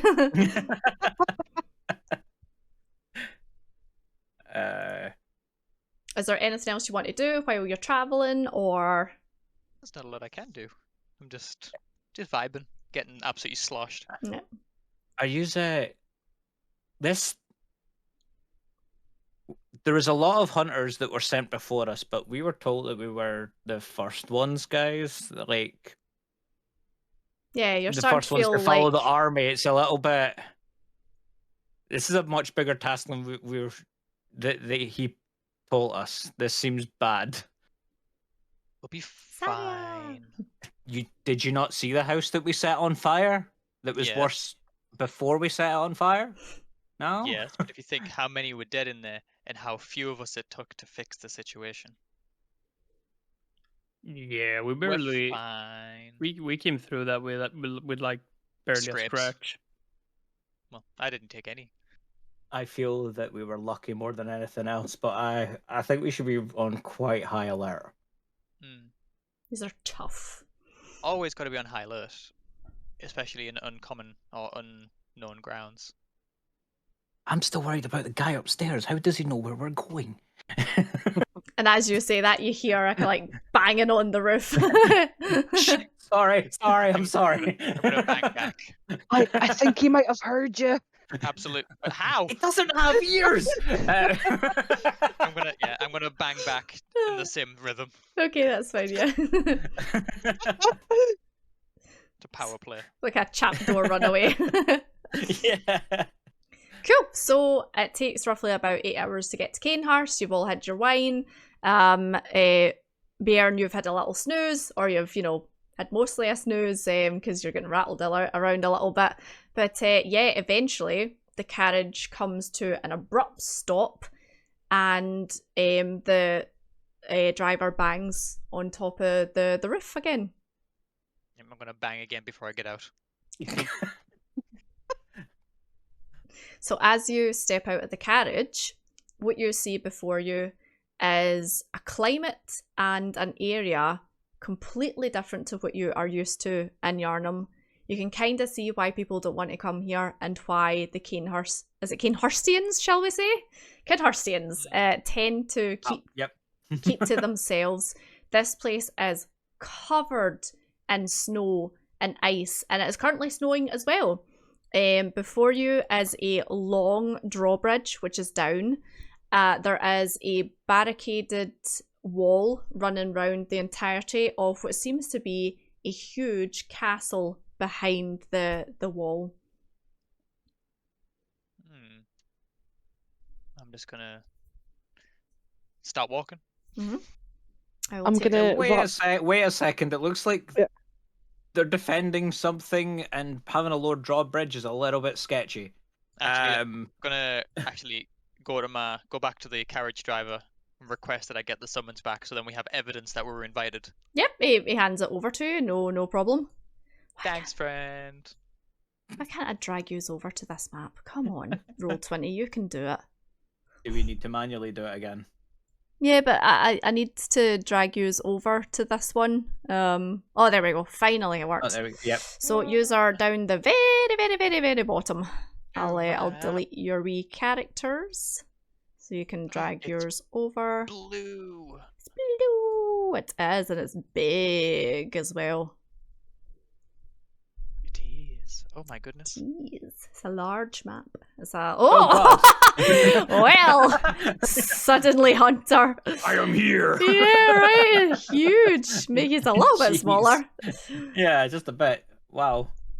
Oh, the map isn't scaled. Thank you for the first time Alright. chatters, guys, as well. I appreciate it. Sorry I'm not reading chat for anyone who's dropping in. I am DMing, so I won't really be able to read anything. I'm sorry. The map. When we spawn massive, it's because we're spawning as a 5-foot circle. Do you know what? Theatre of the mind. Imagination, right? Yeah, but Imagination. Who are we missing? Imagination. Whose character? Mine. Yours. Bring Lamore. Templar. Bring Lamore yes, over sorry. and I'll make him small. Real second. Wow. that made me massive. There we go. So yeah, he's all get outside the carriage, and yous are outside the drawbridge. Hi Nick, welcome in. I'm just going to wrap my cloak a little bit tighter around Oh me yeah, since it it's, is. you know, freezing. It's freezing here. Yeah, it's not pleasant at all. A little bit slippery as well, so it takes you a couple of minutes to kind of like get your bearings. This is just a completely different world Hmm. from where we came from. This is bizarre. Also, Um, Enric, while you you're walking away from the carriage, please make a sleight of hand check for me, since you decided to steal the bottle of wine. I already forgot. Maybe my character's too drunk. Sleight of hand. Sleight of hand, please. Oh yeah. So God you attempt to walk away, and the headless knight grabs you by the scruff of the neck and pulls you back, and I just instantly hand him the bottle. Just Yeah. like, no, here you go. It's And fine. he then like gives you a little push, and you think he nods, but no head. So he then throws the bottle of wine back in. Whole body just rocks. Yeah, gets back up on top of the horse carriage, and it takes off back down the road again. Thank you. I think I've Couldn't made friends. resist. Nope, I tried. I failed. It's fine. Okay, so before we go any further, we're outside of Castle Canehurst. Let us take a 10-minute break, so I will get yous back here about 10 past.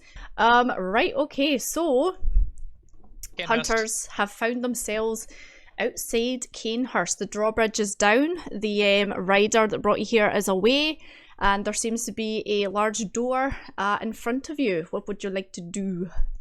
Knock on it. Knock on the door? My exact thought as well. Big, Exact like same. hard faces. Bam, bam, bam. Yeah. The door... Yeah? I'm staying here. I'm staying like a little bit back, so I'm like, no, don't like this. I'm just gonna go bam, bam, bam. Hello, I got a letter. The door seems to and open up of its own accord. And in. Yep. So as you enter the bit of oh god, crashes blocking the camera. Canehurst. It is just like the carriage. Opulence, I think, is the word to describe this place. It is well lit. However, everything seems to give off a slightly kind of like blue hue rather than the kind of yellow you're used to from lamps and lamplights. There are, portraits and paintings hanging up on the walls that seem to depict regal figures, and there is a nice carpet laid down as well. It seems quite homely. Crash, don't eat my dice, away you go. Let's try eat my dice. Yeah, gonna- I'm going to take the back of the group at the moment and just be like, looks nice. Yeah, it looks very So- nice. Yeah. You can see why they kind of keep to themselves, because you think these guys are wealthy. Like, no wonder they don't want to, share this with Yarnum. Gonna fall into every horror stereotype and address And it's like, hello. And it's like, hello, hello, hello. Like it echoes throughout the entirety of the hall. So far, nothing seems to respond.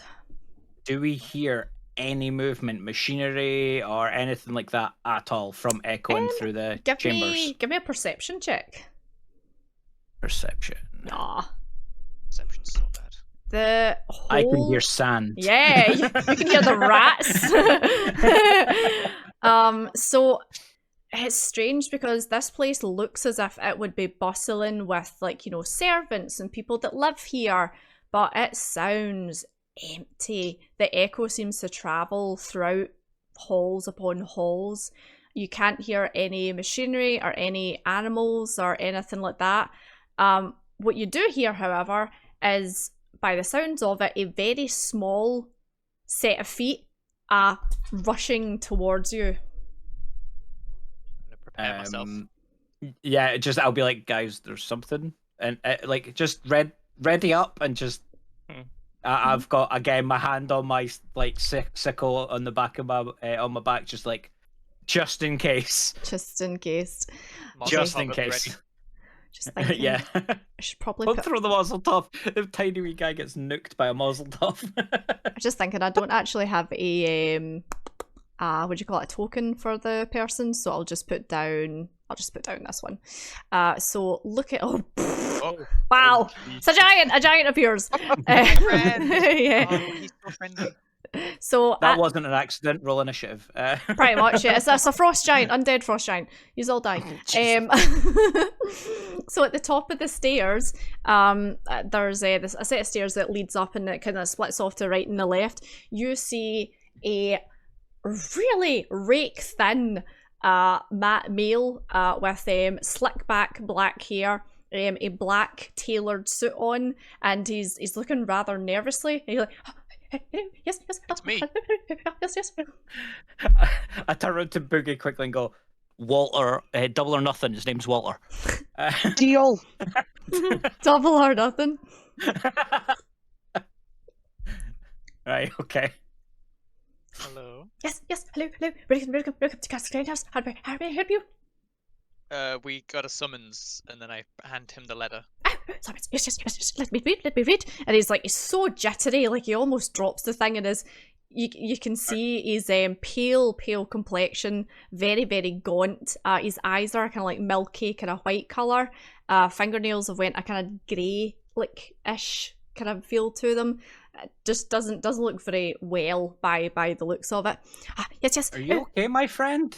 You seem more than jittery. Yes, perfectly fine. My name is Perseus, and I'm the butler of Castle Grindhouse. Very nice to have you here. Yes, summons. And he opens up the letter and reads through it. It's all in runic, but he understands it. Oh, yes. Summons for the Queen. The Queen. Oh, what a glorious day. Summons for the Queen. Yes. Do we get to meet the Queen, or does she come to us? No, you go to her. Yes. Meet the Queen. Can you show us where she is? Or do we have to... Busy. Very busy. Myself, very busy. However, and he gestures up the set of stairs. And as you see, the stairs kind of split off to the right and left, but it looks as if he's pointing down the centre. And he says to you, oh, sugar. Hold on, I've scrolled away from you guys. But that 20 gold. Yeah, his name's Percy. Perseus, but Percy for short. It says, yes, but beware. There's heretic on the roof. Don't go near the heretic. Beware the heretic. Get past the heretic. Go to the Queen. Yes. Well, Percival, you have a gold coin. Oh, you have just made this man's day. And he kisses it and then goes to kiss your foot. He just throws himself at your foot. I've had weirder experiences. Yeah. It jumps back up and he's like, yes, go to the Queen, and then just scurries off. He's fast and weirdly energetic. We're an emaciated corpse. Yeah. Yeah. He doesn't look the healthiest. Are we not here? You were told There's a heretic. There's were- a heretic. you were told you were to come here to find evidence of what happened to the fellow Healing Church hunters who have all went missing. They've been missing for weeks, and to look for Martyr Ligarius as well. Yeah, but they would. So, do you think the heretic, and I do actively like brackets, is who we're looking for? Because these guys kind of just open arm let us in. So, do we, as players, know him as Martyr Ligarius, or is this just a Master Ligarius. Master Ligarius? I was going to say, because like so, a martyr. Oh, it's a corpse recovery mission. so Master. So you know Master Ligarius as the head of the Healing Church Workshop. He trains all the kind of like underlings and then takes them out in the hunt and stuff like that. So he's like the OG, essentially. He set up or helped set up the Healing Church Workshop. Well, time to get on the lookout. Well, we were told to avoid him. Avoid the heretic, yes. We don't know who he's talking about. I'm just like... It just said avoid, heretic, yeah. It's obviously from not this church, so... A heretic would be someone who the Cainhurst Castle holds in disdain. Which may be... My enemy's enemy is my friend? Assuming so, but yeah, and I'm gonna... I'll slowly follow. Yep. I'm just having a little sneaky peek. So as you kind of like wander off the path, because they told you to go straight forward, you go into the rooms and there are dust sheets kind of over a lot of the stuff in this place. There are some nice portraits hanging on the walls that seem to depict the royalty that potentially lived here years ago. There doesn't really seem to be much in the way of wealth here. Everything's a bit dusty, covered, just seems a bit bare. For a castle that is so big and so nice looking, like think Beauty and the Beast castle, essentially, it's very bare on the inside. Intriguing. Can I investigate one of these rooms for the little same holy symbols? Yeah, give me investigation. 16. So you don't see any symbols or church garbs or anything here, as in like evidence left by from a battle. And you were told there was a battle here that the Cainhurstians were fighting the Healing Church. However, you do see scuffs on the floor, things that have maybe been buffed out by being washed that have stained the carpet. Does it look recent? It looks as if it was from a couple of weeks ago. So that, I'm relaying that back to them and I'll be like, so this looks like the timeline from the last group that was sent?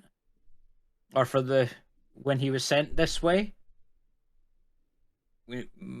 Be on guard, because this seems real sketchy, because apparently big battle, not much evidence. Would anyone like to give me an Eldritch Insight check? You're just like, yes, go. 7. Yeah, you don't get much more than that. Damn. I'm terrible with insight. Ooh. Oh. Okay, Bjorn. So, Bjorn, after Enric kind of relays this to you, get a sense that, something's amiss here, because you were told there was big battle, people died, no one's came back, and the Cainhurstians, fought off a wave, essentially, of Healing Church hunters, and potentially now, from what you've found at the hags, or the witches of Hemwick's house, other hunters as well. So you can like close your eyes for a second and focus on the environment and the sounds and feelings around you. And when you open your eyes, you are in the middle of a slaughter inside these halls. There are blood-stained Healing Church hunters throwing themselves against the masses of Canehurst warriors. They are dressed all in Canehurst garbs, which is a set of armour, head to toe, impenetrable. They have massive swords that are just cleaving the living daylights out of the healing. You feel like there was no way that the church workshop hunters could win this. It seems like an impossible battle, and you see the bodies fall, and then being dragged off outside the door and just thrown over the battlement, and then kind of take a deep breath and you're back in the room as it is now.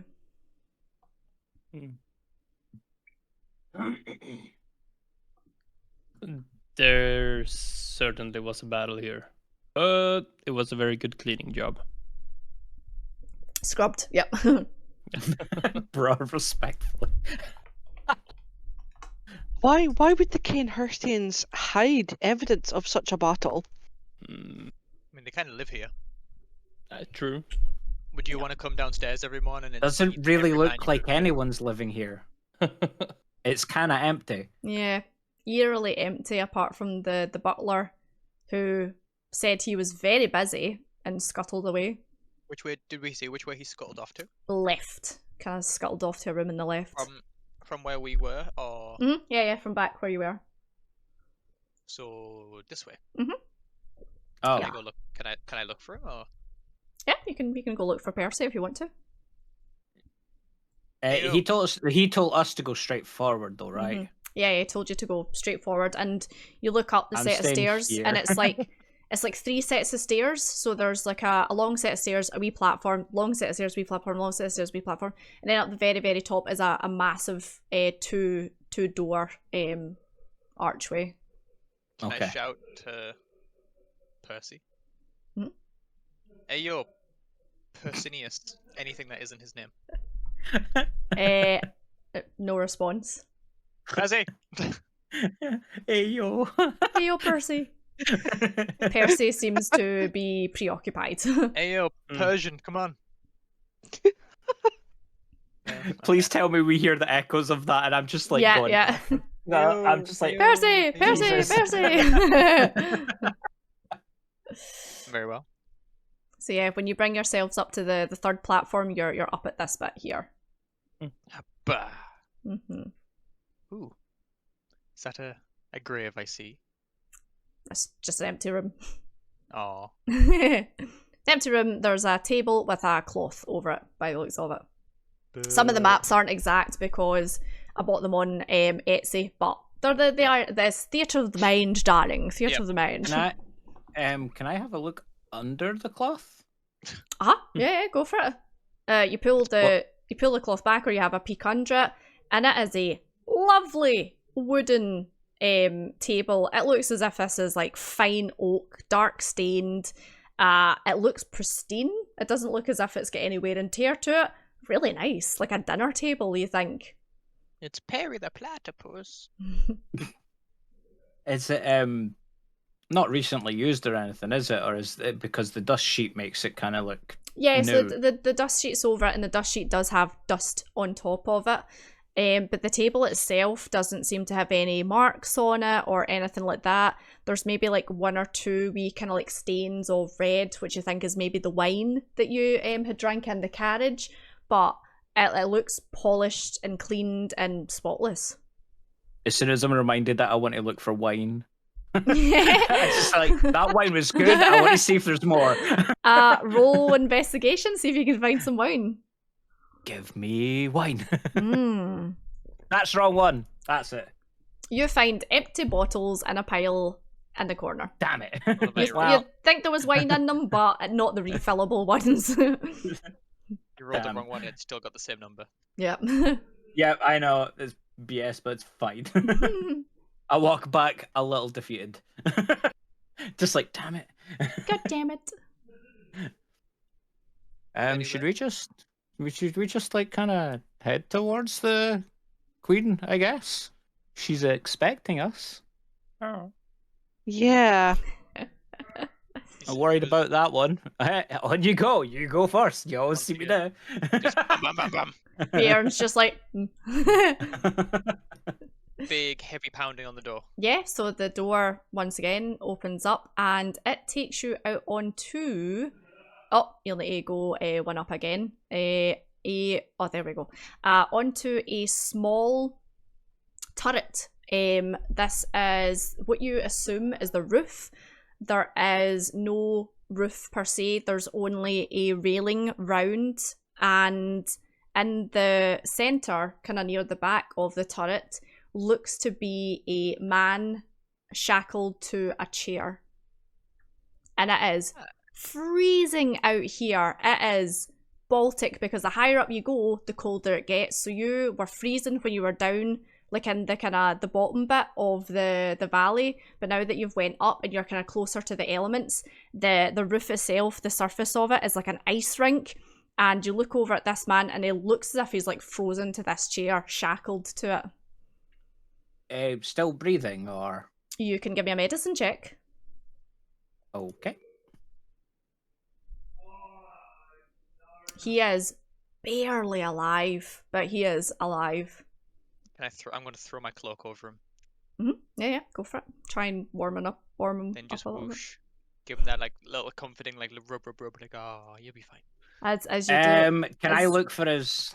Sorry. No, I was gonna say as you do so, as you start to move him, you hear him go, oh, like kind of lets out a groan.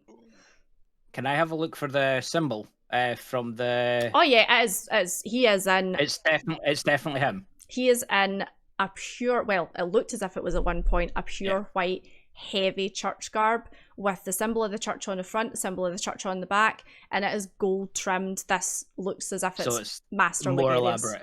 Yeah, okay. it looks like it's head of the church kind of material. Can I give him my blood vial?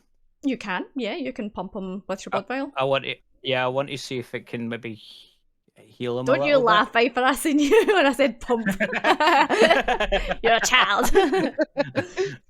Yeah, so you take your blood vial out and you take the cap off it and you stick it into the side of him, and as soon as you do that, it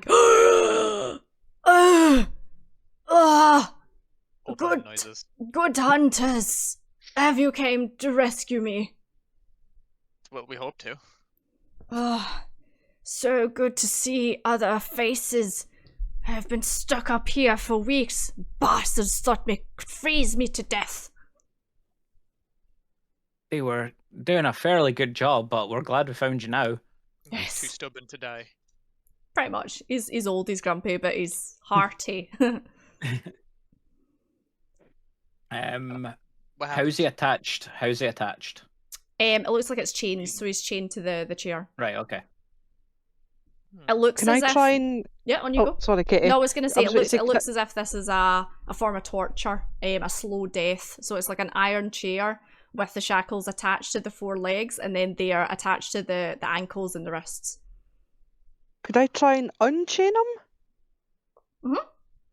You could give me a sleight of hand. He's been Ariandelled. But he's been up here for so long. Like, can I assist? Yeah, you can give advantage if you want to. Sure, maybe kind of like light your torch and hold it up to the chains to see if you can take away some of the frost and stuff like that. Yep. Make it easier for Cassandra. So if you is this with advantage, Katie? Yeah, sleight of hand, and you're using your thieves. Not your thieves tool. Sorry, your your things. Sorry, wrong thing. Sorry. Oh yeah, perfect. You just you take out your tools and you give it a little bit of a lick and then stick it in there. It's just ting ting ting ting. Stand back, boys. I've got this. Yeah. Just looking at him, going, "You're stuck. This is easy." Yeah, I had to get out of this. What are you talking about? Have you seen the lockpick lawyer opens a padlock with another padlock? Yeah. Pretty much like that. So he is wobbly, very, very shakily, raises himself to his feet and says to you, would you mind taking me inside? And kind of gestures towards the bit that you just came from, because kind of wants to get out of the elements. I'll take him by Of course, his of course, rusty and arms. I'll offer him like my shoulder or my arm for Yeah. him to like lean on. And just take him inside this wee bit. I'm going to stay here because I do not trust the fact that we've moved him. Yeah, no, that's At fine, all. that's fine. So yeah, you take him inside, and you see he's like a bit relieved, and he kind of slumps down against one of the walls, and he says, "Gods, it was a slaughter. We came here to take out those filthy Vilebloods once and for all, and my gods, they threw everything they had at us."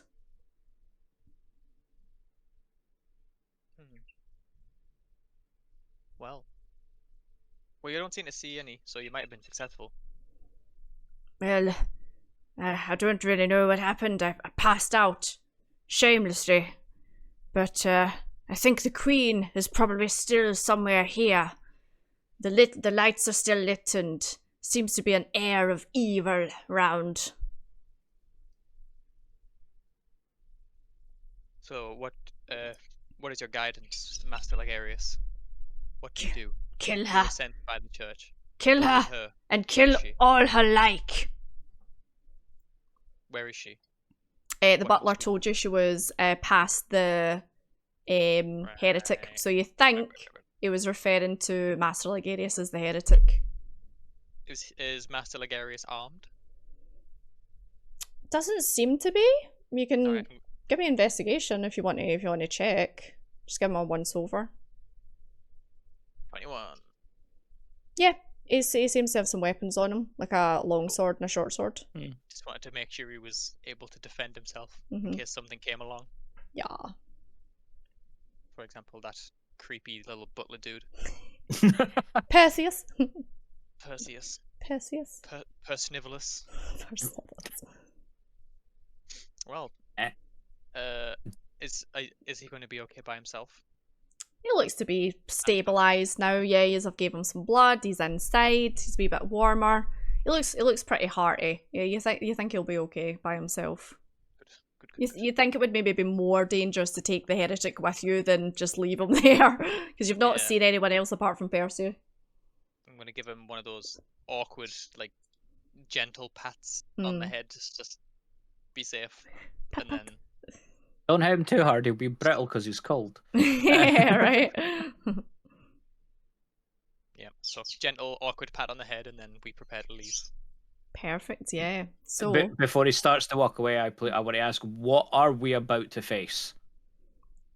well, the Queen, she is centuries, years old. You see, the blood that they drink here is abnormal. Gives them abnormally long lives.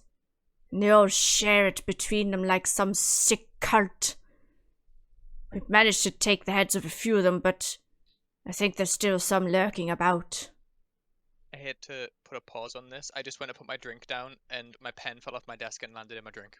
Oh no. I really like this pen as well. Well, funny you should say that, because earlier on when I was getting ready, I had a coffee and one of the cats decided to jump up on my makeup desk and my Oh. bronzer fell into my coffee.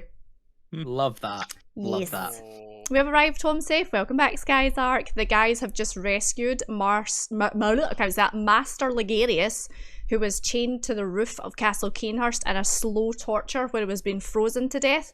Master Ligarius has now told them about the Vileblood Queen and has warned them and told them to kill her. my pen's gonna be sticky. The blood, was that the wine? I don't know. You've heard legend, yes, that they infuse the wine with blood, but We're gonna live forever. I was internalizing that for so long. you drank like a good 4 bottles worth. yeah, you're like, I glug, glug, glug, really glug, glug. did. I am immortal. But yeah, I'm just like, okay, good to know. And I slowly walk back up the stair, like. So you're what have I not done? sure. Like it's all because none of you have ever been to Cainhurst, because no Cainhurstians have ever been to Yarnum. It's all rumours, speculation, Yeah. myths, and legends. So you're not too sure. I'm incapable of a poker face. hmm So The bird you're just like, agrees. yes. So yeah, what would you like to do? Well, I'm fully prepared to just go ahead first and Mhm. bat this queen.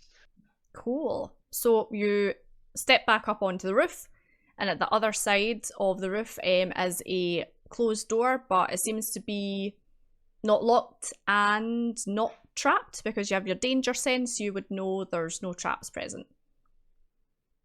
So we are kind of expected, Mm. sort of. Mm-hmm. We're You expected. do That's have, what I'm worried about. You do have a summons from the queen Yeah, herself. But the summons wasn't for us. It was in someone else's hand, so I she's mean, expecting you someone else. have it, so Yes, it's kind of one but of I those feel like- things, finders keepers, you know. Yeah, that's what I was thinking. But also, imagine you invite your mother to dinner, and then her Mhm. neighbor shows up. Hello. Yeah. True. Yeah, like they're expecting someone. Mm-hmm. So We are people. we are sure. Yeah. I'm gonna like stay kind of behind here as you obviously are going to push yourself through the door like every other time. Of course. I see a door. I have to address that I'm going through. You It's one of those, like- essentially go up to the door and you push it open like Aragorn coming through the doors in the second Lord of the Rings movie. That's or like every spaghetti western where you go to the tavern and just slams the tavern doors open. yeah. And I would ask you to drag yourselves up to the very top of the map and stand just there. That's perfect. That's perfect. I have arrived. Let's see. Oh, 30. Yeah, it's kind of flamboyant. It's great. So, you enter a room with large marble walls, ceilings, and floors. There are, at the far side of the room, 4 statues that you can see, and doesn't seem to be much else in here. There's no doors or windows, nothing else. There's no queen. No queen.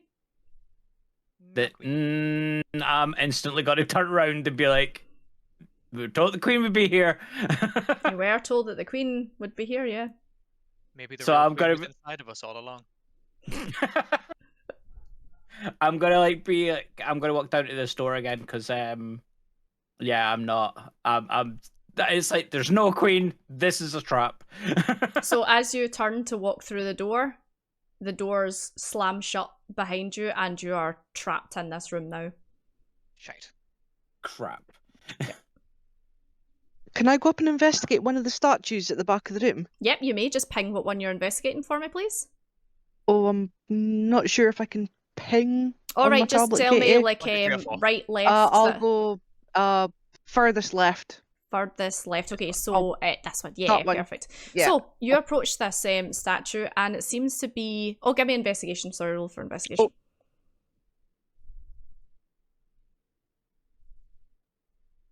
No worries.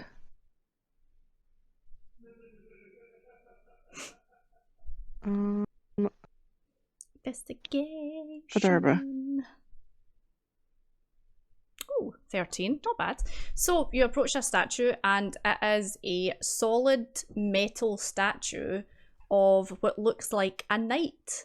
And he is standing upright, wearing the Canehurst kind of like set. And he has his hands kind of like clasped in front of him. I'm gonna whisper. I'm gonna whisper behind her. I could take him. Are there any symbols or writing on the statue? Doesn't appear to be, no. Doesn't look as if there's anything on the statue itself. Are the statues all identical? No, they're not. They're different. Oh. What's this one? I'll check. Yeah, I'll go here. That one? Cool. So I'll do from left to right then, give you descriptions. So the one Cassandra's standing in front of is the standing knight with his hands kind of like crossed in front of him. The one to the right of that is a kneeling knight. The one to the right of that is a knight in a kind of like fighting pose, I suppose. And the one to the right of that is a knight with his hands crossed over his chest. I'm gonna mimic the one I'm in front of. Just cause. It's always fun mimicking statues because we're always in such weird poses. Yeah, you can mimic it. That's all I'm doing. Cool. That's all I've got. I'm just gonna glance over and be like, "Are you okay over there? I thought I had a Fine. lot of wine."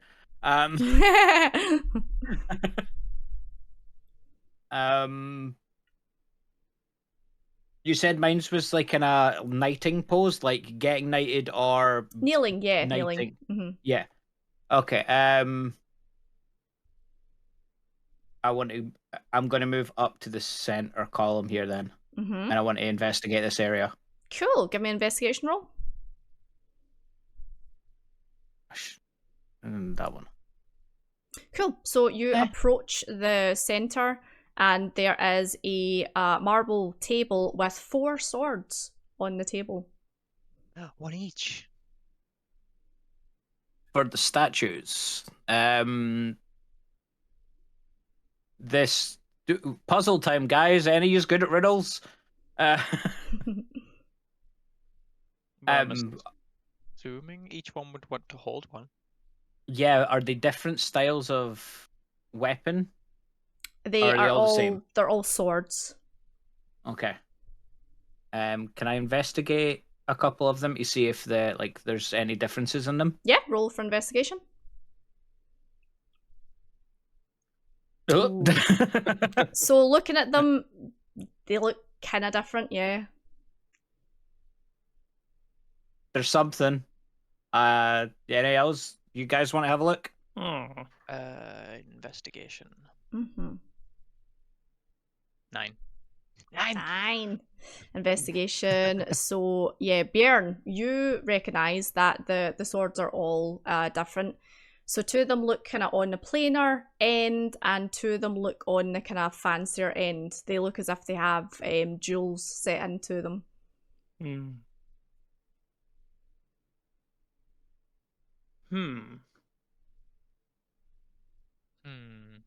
So, 2 fancy and 2 not fancy. And there seems to be 2 fancy statues and 2 not fancy statues. So just assign accordingly. I assume so. Yeah, just match the swords. Take one ornate and put it on the one that looks like it's doing the knighting. So do you pick the sword up? Yes. Roll for initiative, please. Damn it! I hate as soon as that. Are you sure? As you pick the first sword up, you hear a shook as you look at the walls at either side of the room, and the walls come closer to you. Oh. Okay. Okay. So let me see. Happy partnerversary, Katie. Can't believe it's been over 2 years since thank I you so started much. Thank you for following 28 you. months. Hope to be around Hold for on, let me many see. more. Love you, Yeah, Katie. I'm going to frantically put it back, actually. Like, just like, oh no, oh no. It doesn't seem to stop. The walls are moving. They seem to be, yeah. Okay, so the walls rolled really low. Right, so let me see. So 17, so you are going to go first, Cassandra, and then a 15. So Kito-san and Pog, do you want to roll again? Sure. Just because it's evens. Just a straight D20 or just initiative yeah, again? initiative. Just give me initiative. So an 8. Oh, cool. So you're going to go first, Kito-san. Yeah. So let's see. Could that have not been my first roll? But it's fine. And then it is going to be more. Oh my god, 3, and then 4, and then the walls are going to be 5th because they actually rolled a 2, so that's fine. Right, Cassandra, you're up first. What do you want to do as the walls start to close in on you? Frantically search to try and see if there's a mechanism to stop the walls from closing in. Okay, give me an investigation roll. Wow, we've all instantly hit panic and it's great. Yeah. Investigation. 23. There are no mechanisms on the walls or anything like that. You look down at the table and you realise that it was a pressure plate that was slightly down, but now that you have lifted one of the swords, it has raised up and it seems to be stuck there. It seems as if you don't figure this out, you're gonna get crushed to death. Whoops. It'll be fine. Right, I will relay this information to the rest of the group and be like, right, we need to do something quick. Yep. Any bonus action you want to do? Or any movement or anything? No, I will stay where I am. Mm-hmm. I'm scared to move. Cool, so next is Enric, you're next. Can I are you standing in front of one of the ornate? Is that the ornate statue? So left to right, there is the standing knight, the kneeling knight, the kind of like fighting pose knight, and then the arms crossed across the chest knight. Can I throw the ornate sword over to oh god, I forgot the character name. So this is the one that's got like bejewels on it, so that's the far right. Yeah. Yeah, you can throw it over. That'll be your action. Sure, that's fine. I want to throw it over. Hold on, I need to chuck the cats out. They're trying to eat my dice. No rolls for you. It's okay. It means we won't take damage, guys. We're fine. They're very cute, but Cindy's like constantly trying to bite my D20, and I'm like, stop. I've got some pretty tasty looking dice. So you take one of the bejeweled swords, and throw it over to the far right of the room, and I take it, BR, you catch it, yeah? Yeah. Okay, that's your action. Do you want any bonus actions there, Nick? Can I pick up another sword in preparation of throwing it to the other side? Yeah, why not? Pick up another one. No. Cool. We're all in now, guys. We're screwed otherwise. You're all in. Right, so third is Lamore. What are you doing? I'm going to pick up one of the shit swords and throw it just on the ground towards the kneeling knight. The kneeling knight? Okay, cool. Yep. And then I'm going to pick up a fancy sword and throw it towards Boogie. Boogie. So Boogie's at the far left, so she's standing in front of the standing knight. Okay, cool. Yep, she gets a fancy sword. She gets a fancy sword. Cool, so Lamore, and then it is a Pog, is you, sorry. I take the sword that I got thrown at me and put it on the statue. So that is the bejeweled one?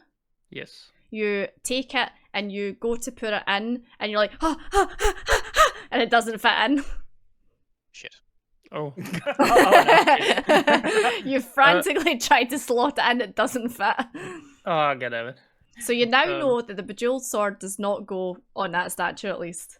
That's fine, Pog. You've got another turn. Then I'm gonna move to this one. Yep. Which is the fighting one. Yeah. Yep. Before you do that, give me an investigation roll.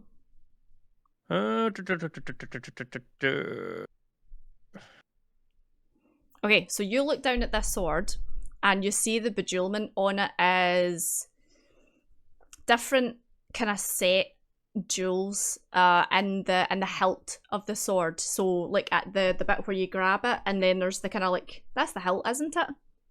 The handle. The kind of the long bit before the actual blade. Yeah. So yeah. there are kind of amber looking jewels and blue looking jewels, and kind of multicolored ones, and like a gold trim around the actual hilt of the sword. Fancy. Okay. Cool. Right, that's everyone round one. So it's now the walls' turn. The walls again like move in. They are maybe kind of like about, see where the pillars are now? They're maybe where the pillars are now. So you're kind of run out of space now. Right, back to the top of the round. And Cassandra, what are you doing? So the sword that I got, I'm going to try and slot into the statue that's in front of me. You've got a jeweled sword. So you have a jeweled sword again. Yeah. Go, and it doesn't fit in. Right, it's not this one. It's not this one, guys. Would you like to investigate this sword? Yes. Roll for investigation. It's like, right, my one doesn't fit. Phrasing. Sorry.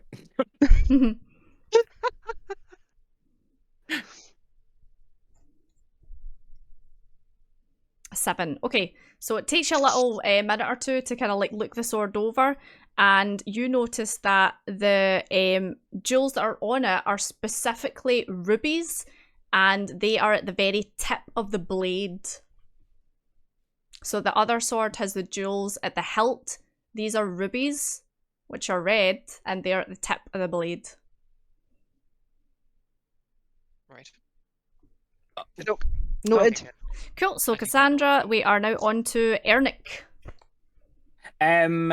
So from what you've said, all the statues are also standing at different heights.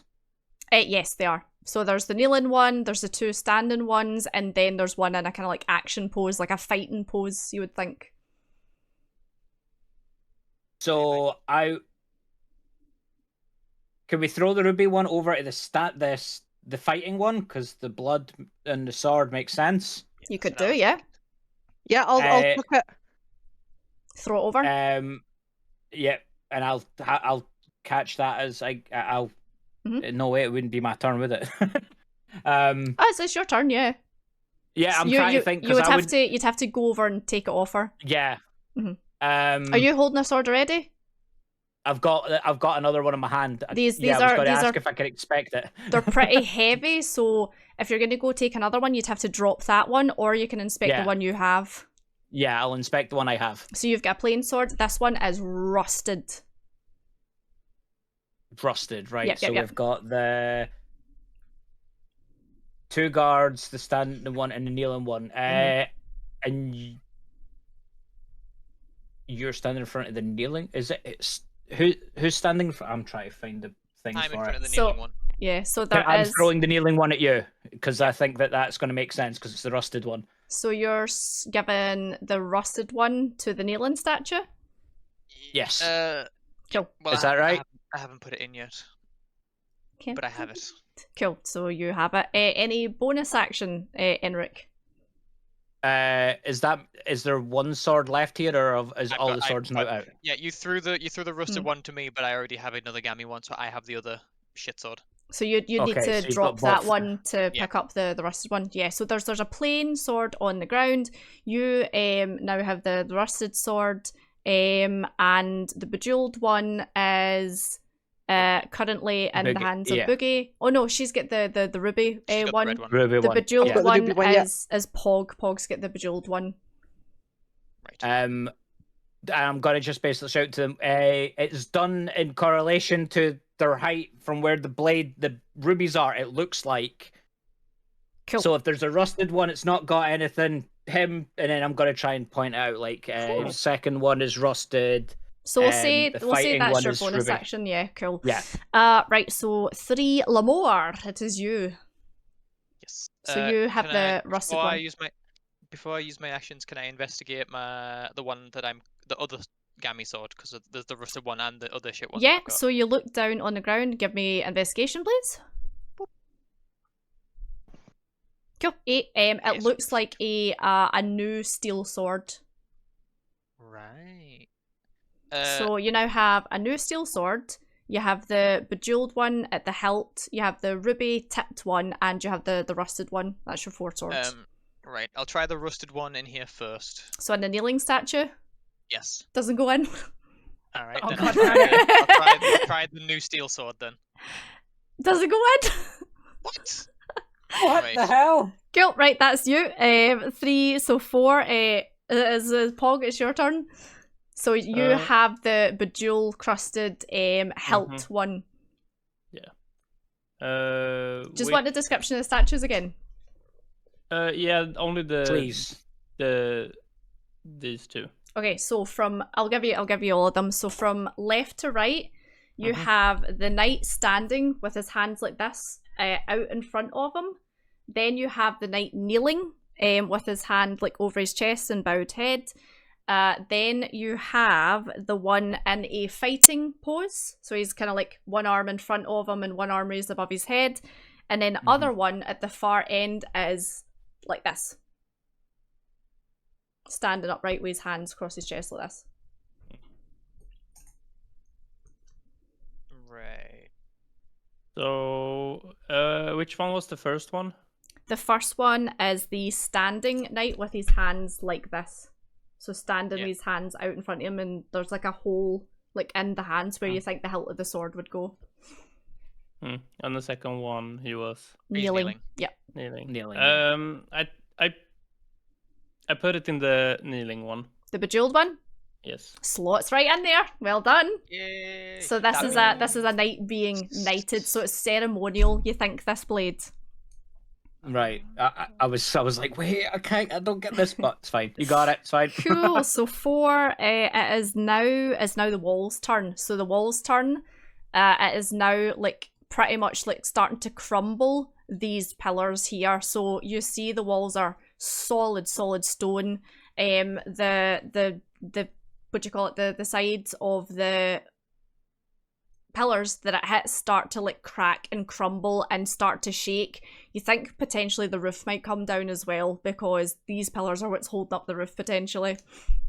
Oh no. Right, back to the top of the round, Cassandra. Right, so I've tried the first pillar, that doesn't fit. What we're thinking, guys? So you're holding the ruby tipped blade. Yes, but there's we think that the ruby sword is going to go into the fighting one. Yep. Right, Which so is I the will. third one. Third one. Yep, that's so the I'll third move. One. What if it's if we think of the statues like a story? So like the progression? The progression of the sword, yeah. So that means the first one would get the regular iron sword, and the last one would get the rusty sword. Yes, that makes sense. That makes sense. Cassandra, where are you putting the sword? I'm going to put it in the third statue. Fighting statue? Oh no. Yeah. Slots right in? Yes! Perfect, so that's Cassandra. Second is Enric. You have the rusted sword? I think the rusted sword is next to. I've got it. I've got the. Yeah. I've got the rusted. Oh, sorry, you've got the plain one, don't you? I'm gonna. Can I ready the action to catch it? Yeah. No, you can grab it. No worries. Yeah, because as soon as I get it, I'm just gonna try and shove it into the slot as well. Cool. So you're putting the rusted sword in the far right hand side one, yeah? Far right hand side, yeah. Slots right in. Right, we've got one more left. So Enric, and then it is Lamore. And then I put the regular one in this one. Slots right in, and as you do so, you hear a clunk, and the walls slowly start going back to their original places. Well done, guys!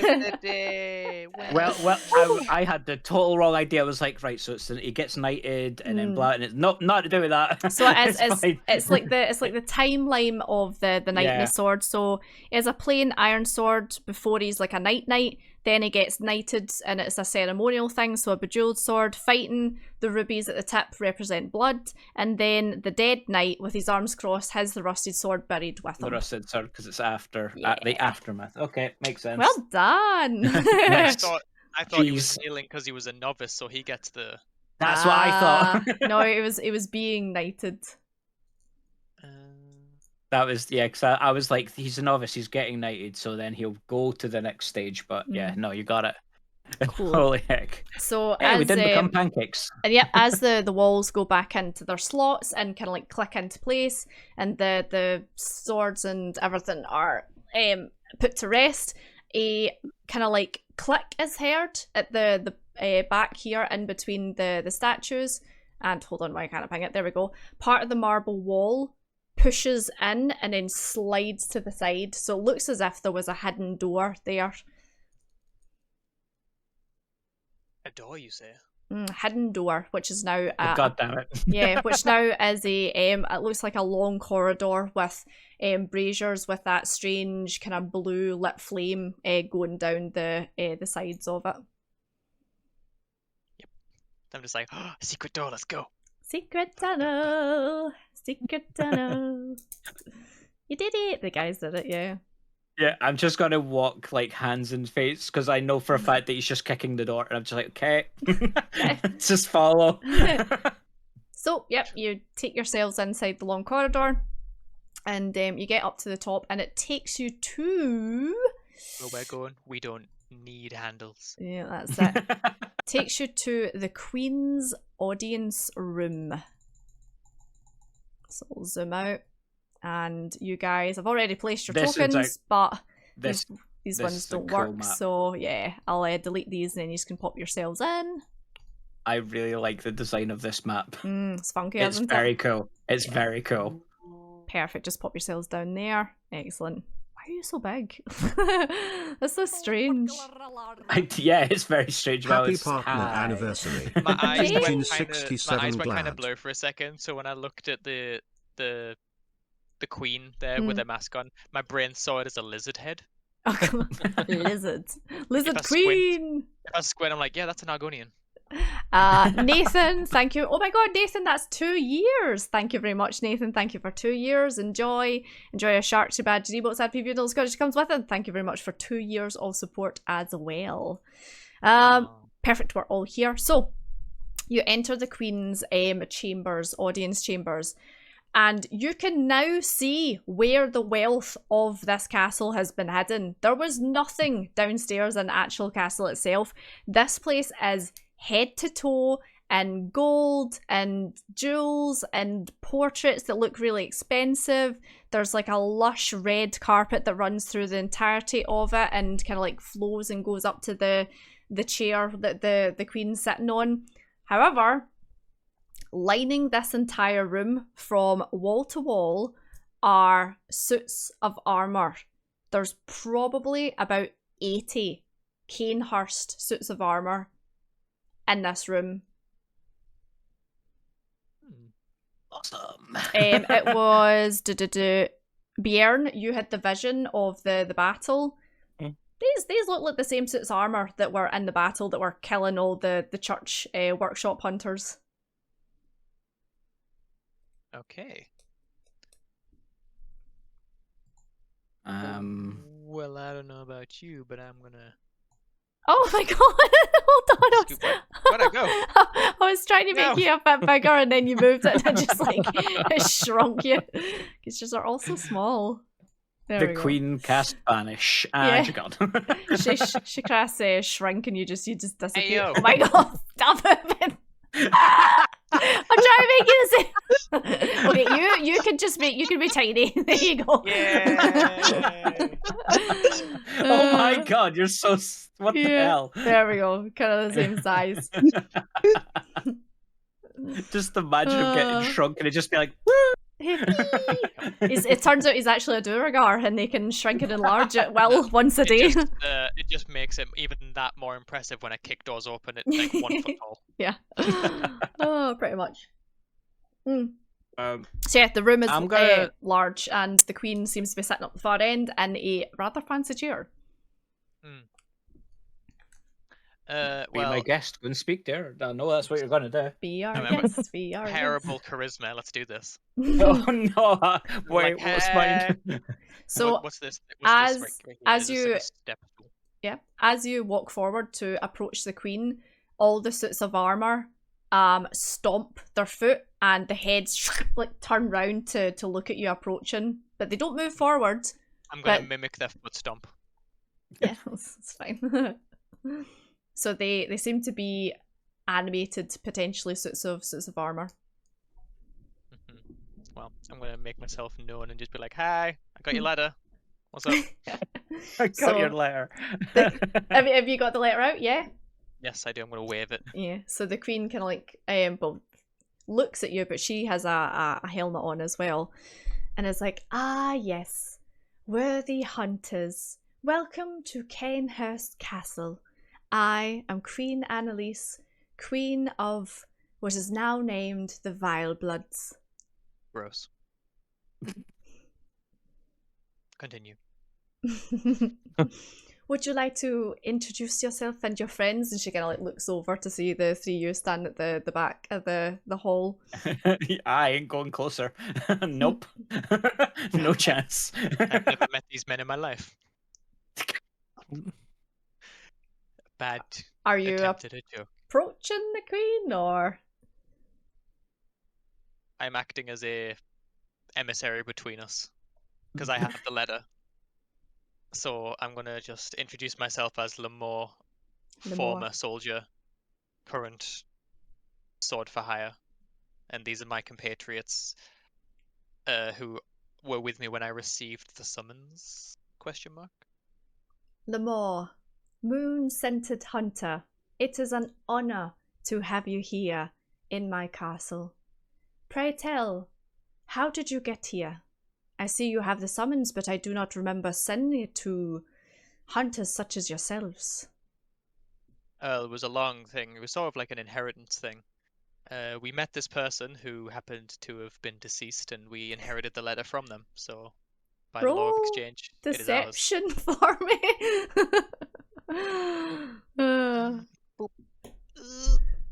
Yeah. 17. She's gonna see. Hold on, let's see. It's You lucky swine. it's true inheritance, and that's a -1. Oh, she believes you. Yeah. Woo! She's Yep, it's like- true inheritance. Just, passed on from generation to generation, perhaps. Yep, that's the one. Well, now that you are here, I would like to offer you an accord. Fancy. That's my favorite instrument. An accordion. Just pulls out an accordion from somewhere. As you can see, my castle is bare and my numbers dwindle. What is a queen without subjects and people to adorn? Fight for me and kill the heretics, and I will lavish upon you riches beyond your wildest dreams. Potentially power, if you share in my blood as well. Gross. Let me confer with my compatriots, and I'll get back to you on that one. Of course, take your time. Guys, she said something about an accordion. The devil's music. You guys would be able to hear this conversation. The room's quite echoey. Gosh, she hears me as well. Whispered voices. You could probably keep it down. There we go. What do we do? We were sent by No. the church. Not gonna lie, she had me at riches. She had me at accordion.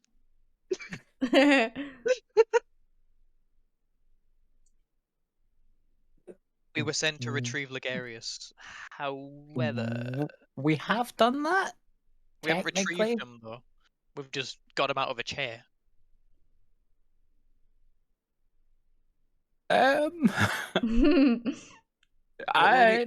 Are we changing contracts? Because I'm not sure I'm okay with this. We're well, we have to weigh the pros and cons. What did the church offer us? Some Money. cash, yeah, some Yeah, cash. money. We got, but this is kind of slightly more decked out. Are we willing to have the entire church against us? She can give us money and power. Oh, but what's stopping us from That seems taking the riches? 80 suits of armor. That's what's stopping us.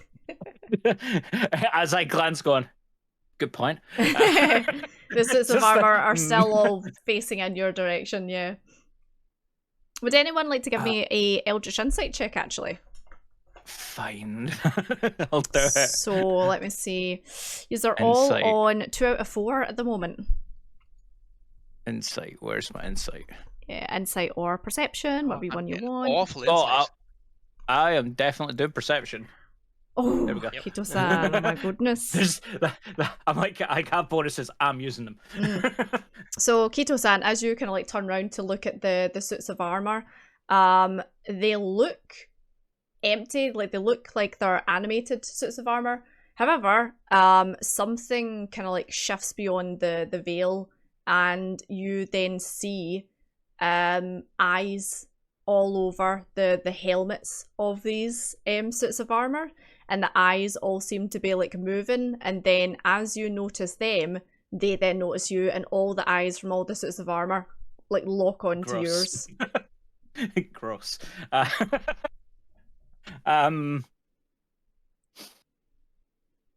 don't want to really pick a fight with 80 of them. can we step out of the office for a moment? Then I just point the door behind us and be like, can we step out for a moment? DM shrug. Can you? Can I, please? I want to try and like be like, we'll get back to you on that, and turn around to walk out. As you turn around to walk out, the 80 sets of armor take one step towards you. Okay, no, I'll stay here. It's fine. We'll talk. Is that a challenge? No, God damn it. TPK, you all die. I just grab him by the shoulder and try and pull him back, be like, no, please don't. We're not here, doing not this. here. Like, you've seen some stuff, but are you really wanting to try and go against all of this, or do you want to be with it, or what are we going to do? I take every day as it comes, so I can go either way. Whichever the party decides is best, then I will decide as such. I appreciate your loyalty to us, but... Dear Queen, may I challenge one of your seems to be living armors to a one-on-one duel? Hmm. We're going to have a one-on-one 80 times in a row. Easy. I quite like this idea, yes. Potentially proving yourself a worthy knight of Canehurst. Please choose anyone you would like. And she kind of gestures to the room. Should we do one-on-one all four, or should we do one-on-one? This would be one-on-one. You've challenged one of the suits of armor. That is a great idea. Exactly. Do it. But nothing else is allowed to interfere. It's a one-on-one battle. Yeah, so the rules are... It's, running back, and I'm whispering a little low that I'm just gonna test the durability of one. Okay, I will need to go and grab a sheet. Give me 2 seconds.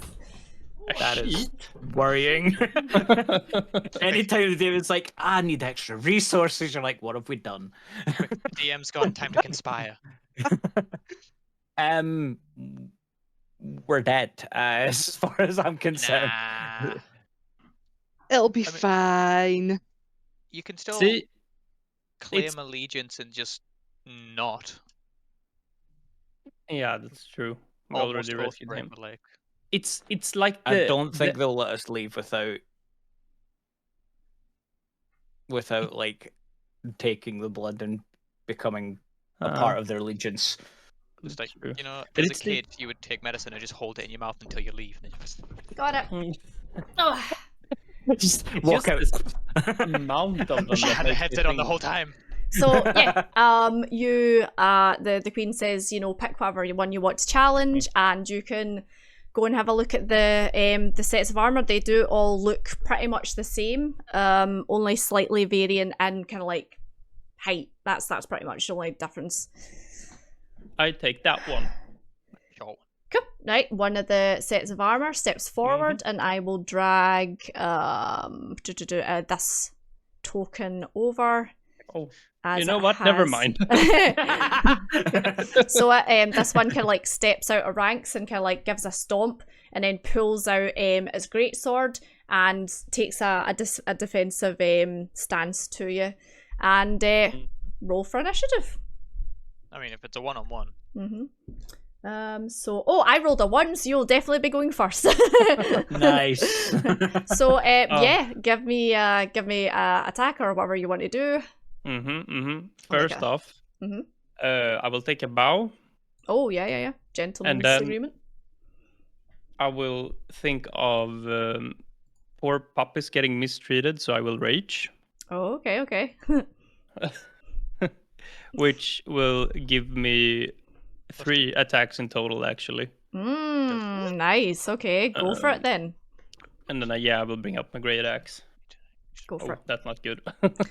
First one misses, so it kind of like just parries your great axe out of the way, and then goes back into the defensive stance again. 15 misses, so again you go to take another swing, and it parries again.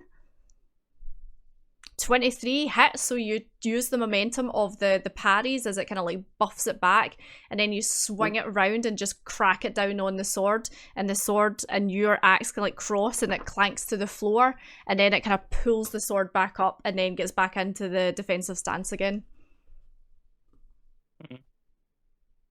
Interesting. Anything else? No, that's all I can do, really. Cool. Right, the suit of armor is gonna go then. I did not expect this. I was like, oh, doesn't that 20 hit? No. Oh no! So that is maximum damage. So that is 20 points of slashing damage straight off the bat. Amazing. Ouch. Yep. He's he's then gonna take his secondary attack. Oh, does an 18 plus 5 hit? Christ. That definitely hits. So let's see. Oh god, I've not looked at that dice. I need a D. Is that a D10? 1, 2, 3, 4. Yeah, that's a D10. So that is 12 points of slashing damage again. Rage, you take half damage, don't you? Huh? Oh, on rage, yeah, you take half raging, damage. Yeah, you do. So that'll be 10, 16. So 16 points so far. In total, yeah. In total 16 so far. in total, yeah. And then he is 16, gonna action surge and take another swing at you. That is gonna be a 16, 17, 18, 19, a 20. So a 20 hits again. Yeah. And that is gonna be oh, that's not bad. So that's only 5 points of slashing damage. So half that, so 2. Okay. And that is him done. His turn. Just gonna lean over to the other two and be like, "We're not fighting any of these. No chance. No chance." So before you take your next action, Pog the Queen kind of like raises her hand, and the suit of arms kind of like stands to attention, and then takes a few steps back, and she's like, "No need. You have proved yourself a worthy warrior. Rather impressive. I've never seen someone almost de-arm or de-weaponize my knights. That was incredible." And she gives a wee clap. Can I like reflect back on the hit and see back on any type of weaknesses, or what actually happened during the time he went back? So barbarians, I think, do they have something like that in the class where if they're fighting something they get a sense of something, or am I thinking a ranger and favoured enemy? I have favoured enemy, but yeah, what's it called? Is it primeval awareness? Potentially. No. Okay, so what you would get from fighting this thing is these all seem to be really, really strong. There's some kind of like magic keeping them up and keeping them going. And from the damage you took, if you hadn't been the hunter that you are, that would have killed a man in one swipe. I mean, yeah, if I weren't raging, that would honestly took over half of my total HP. So the Queen kind of looks you over and she's like, "Oh dear, you seem to be bleeding slightly. Would you perhaps care for some of my blood? It will heal you." And she kind of like rolls up her sleeve, and on her arm, pure pale white skin, but there are like old scars of bite marks all over the arm. And as you know from what Ligarius told you, they share blood between the Canehurst family, so gross. Yeah. However, I will go back real quick to the members, and then I will say that the only way we can fight here and survive is to find the source of controlling them. Otherwise, we are pretty fucking fucked. Fucking fucked. Couldn't have said it better myself. We ain't taking on 80 of them. Can I Do I have any type of thing that I can? I want to see if I can sense where the magic's coming from. Give me Arcana. Arcana. Mm-hmm. Give me an Arcana check. Damn it. You can't tell like what it is, but you get the feeling that the queen is potentially in control of these things. But that's literally all you're about to tell. Yeah. The only assumption I can make is if she dies, they all go down. But that is literally the only option I can think of. But can we get to her and kill her before they can get to us? I mean, if we get close to her, if she's gonna give us her blood, we can all just go for crazy swings directly, like a surprise attack. True. Except they offer to get close. That's smart. Does she look like she's wearing armor at all, or is this picture just to... You can't really tell from where you are. You'd have to go up and do investigation, and then she might be like, "Why are you looking me over?" kind of thing, you know. Roll for. Hey there. Roll investigation. How's it going? Are you single? Hey babes. 16. Hold on. I'm gonna just roll a quick perception check, maybe. See if she noticing you, noticing me. Nice. Oh my god, hold on. So she rolled a 16, but what has she got? +3. So yeah, she notices you looking her over. And she's like, what are you doing? You were showing us your arm. I just wanted to get a look at the real estate, you know? See what I'm working with. Give me a deception roll. 10. She does not believe you. I'll be honest, I just really like your dress. I'm starting to sense that perhaps your invitation here wasn't granted to you from someone else. Assumptions can be dangerous. However, I am a forgiving and gracious queen. As I have said, I am willing to offer you riches beyond your imagination, a place at my table, a castle, potentially somewhere to stay, and all you have to do is drink of my blood and kill the heretic on the roof. That is all. Can I drink of your blood and my compatriots leave safely? They would not be allowed, unfortunately, to leave safely. They can certainly try, as one smart mercer said. Katie, love of my life, mother of my cats, if I said, let's order pizza, what would you say? Fuck's sake. You order what you want, Tino. I will have a slice. That is all. You can never have a slice. Oh no, I can't. Especially if it's yeah. No, especially if it's Domino's. I hate Domino's. It's stinking. Stinking. So yeah, that's what she tells you, and you can all hear this. She's not whispering it to you. She's announcing it to the room. What course of action can we take while leaving this place, but humbly and respectfully rejecting your blood offer? I'm afraid to decline my blood is an insult to myself, my family, and my line. So we really don't have much of a choice here, do we? Fight her or fight Garius.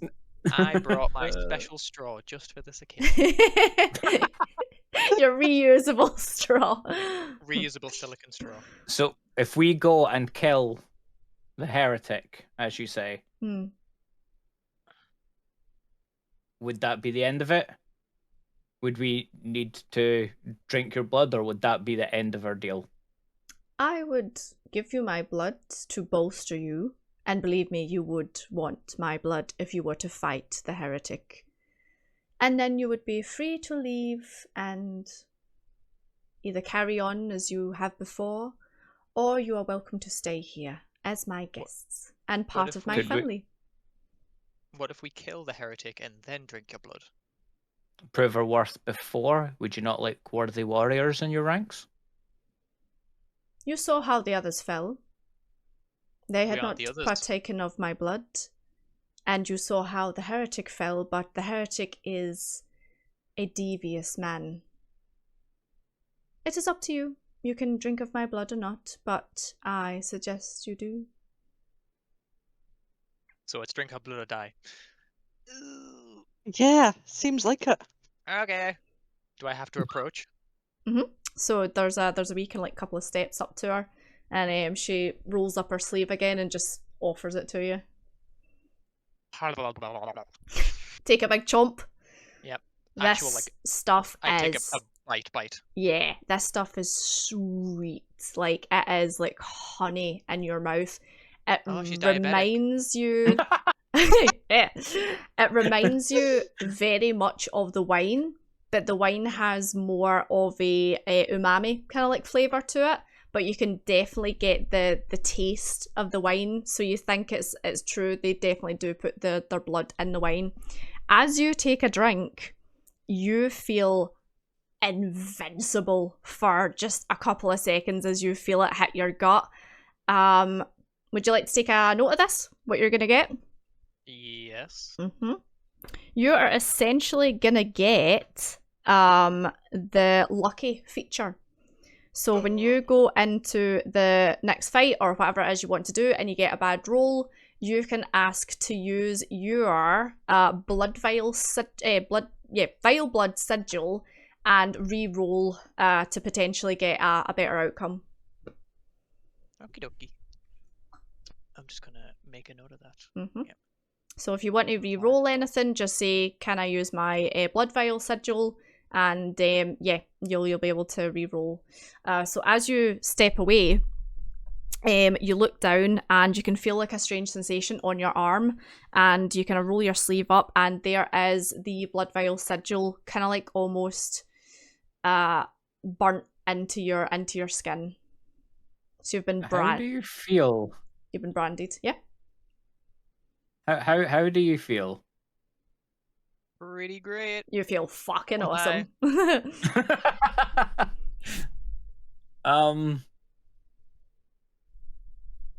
So a yes to the blood?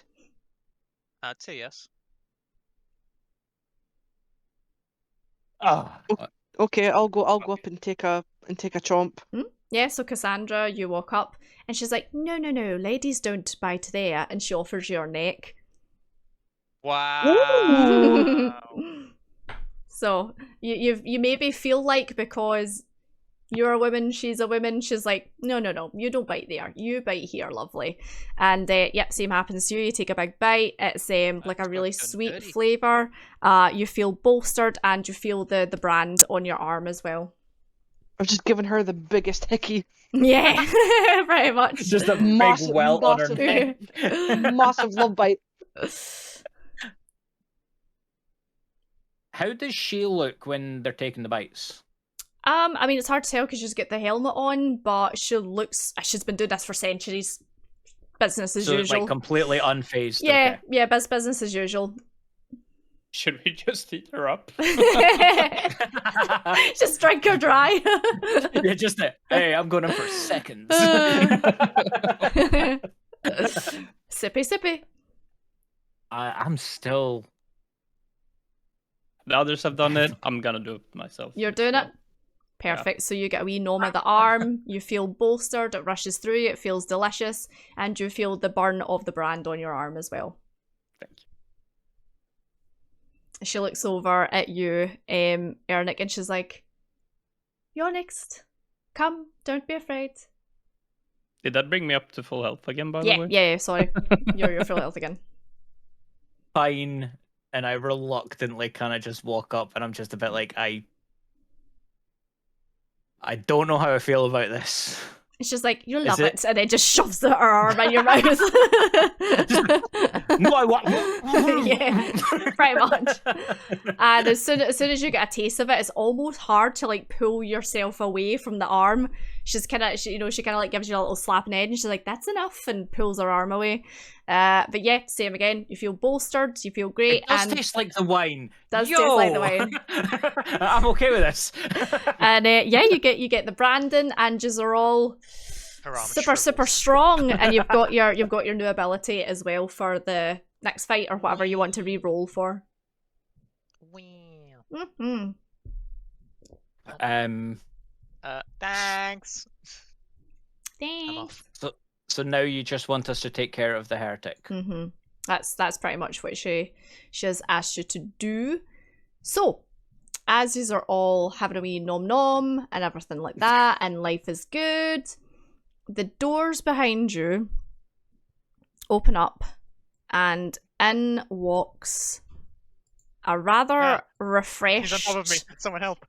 A rather refreshed looking Master Ligarius, who kind of looks round the room at all of yous with your bloodied lips and shakes his head and is like, "Fours! What have you done?" Hello, Tino. It was the wine. Hey, Tino. Are they in the bedroom? Okay, thanks. I'll let them out once Speaks is here. Yeah, so he shouts at you and says, "What have you done?" She wouldn't let us leave. So, it was rude to not. We were left with pretty much no choice. All blasphemers! All of you! I would have helped you kill this Vilebloods, and he kind of like spits on the ground the same way that Alfred did. Do you think it's kind of like a thing, you know, they do at the church? You weren't here. We had to. If you were here, we might have refused. You have lived me no choice. I'm pointing out, by the way, I am pointing out, it's like, is that just a thing you do over there? Why? What's with the spitting? Kind of like spits again. And with that, I will need you all to roll for initiative, please. Come on, good number. Oh my god, Lamore. Flying strike. Yeah, right. Oh wait, I need to roll all the way back here. I need to roll for Ligarius. Oh, hold on. 19, 20, 21, 22. Right. Oh, you rolled first, so I'll say you're going first, and then Ligarius. I will be back in just a couple of seconds. Yeah, no worries. I'm still be able to hear what you're doing. And then it is gonna be Bjorn. And then we have Cassandra. My aggressive cheer there hurt my throat. Cassandra, and then Enric. Perfect. Right, so Ligarius approaches you and pulls out a massive scythe that you did not see before, and it seems to have some kind of like eldritch red smoke swirling around the actual blade itself, and he readies himself. And Lamore, you are up first. Rage. Immediately. Rage. Yep, rage. Go for it. I'm gonna go swanging. Swanging. Bop. Bop. Ba-da-ba-ba. 20, oh my god, yeah, that definitely hits.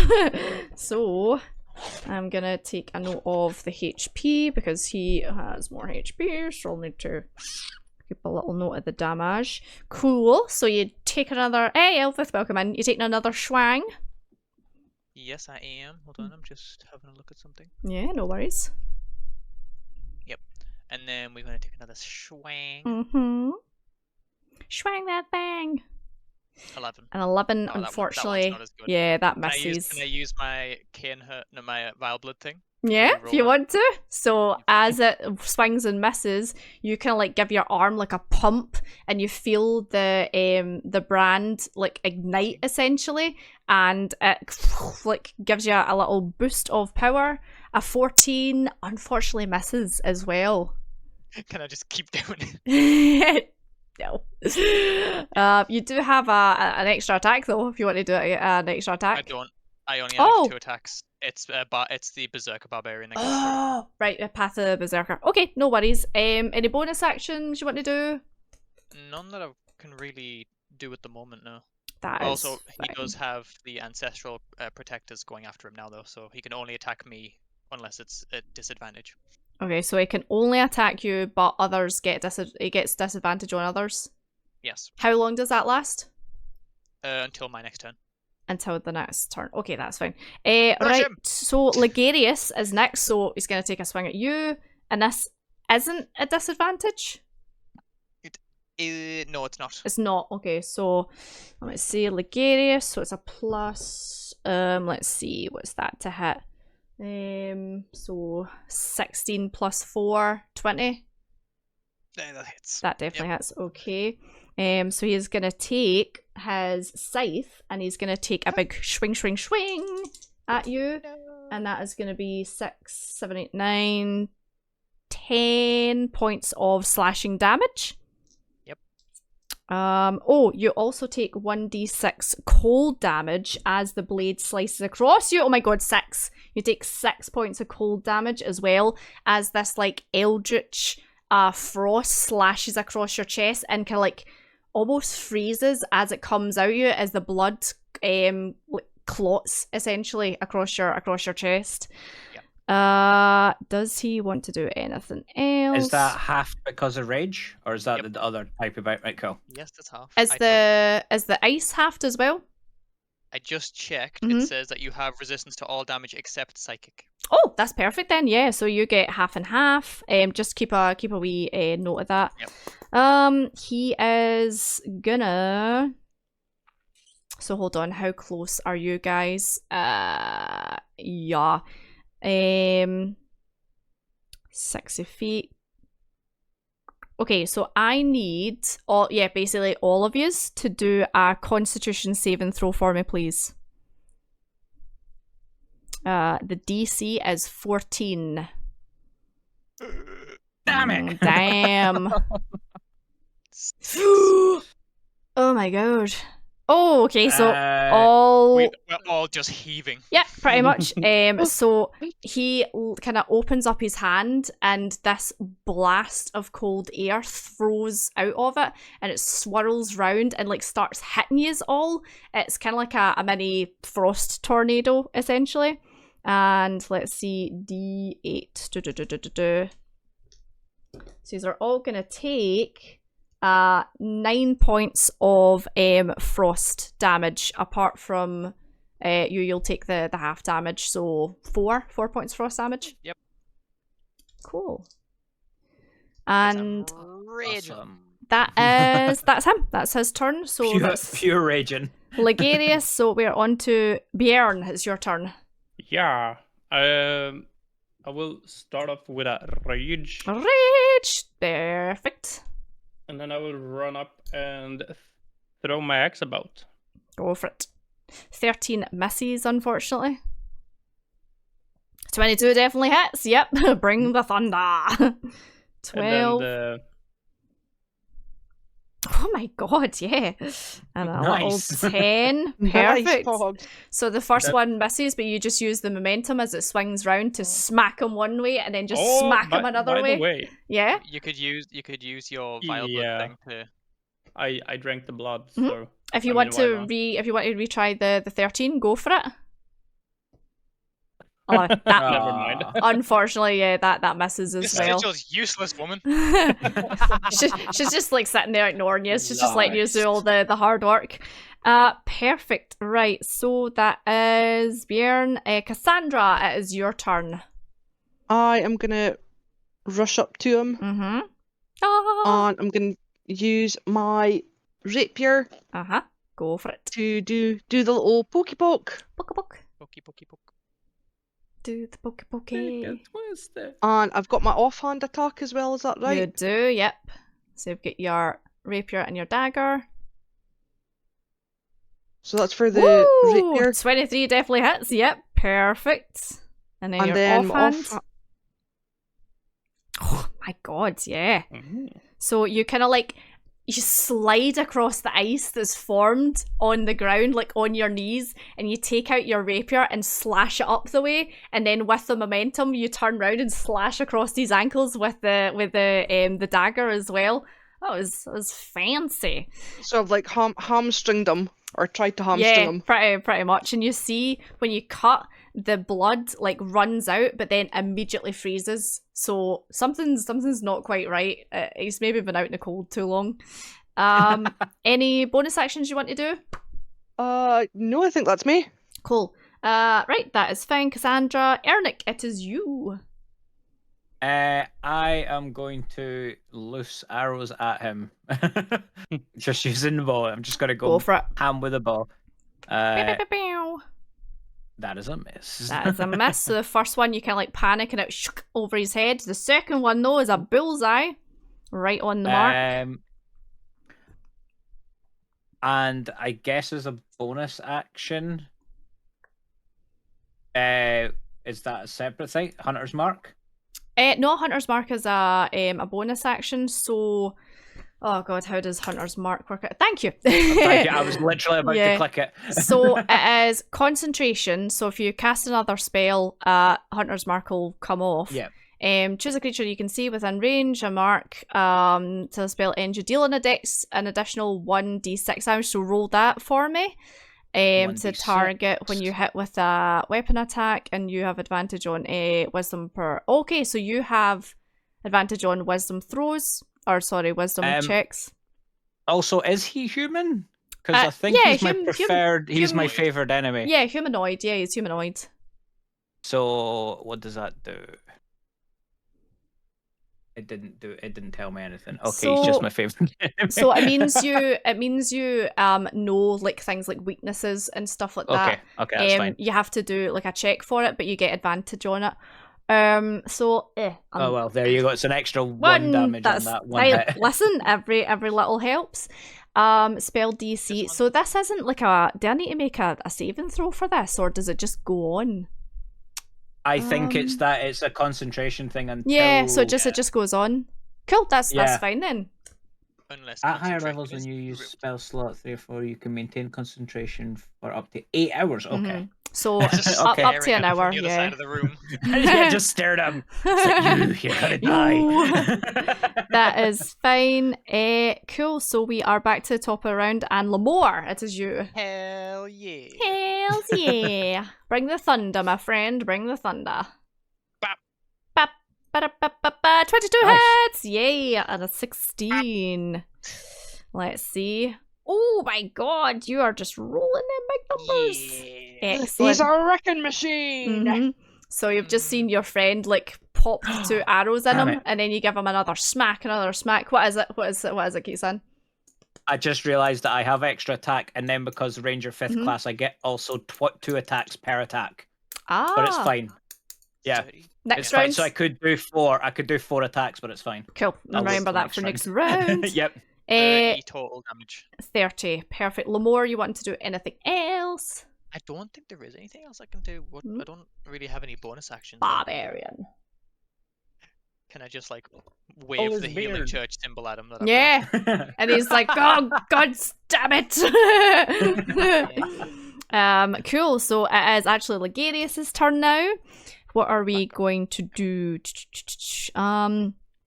Oh, I know what he's going to do.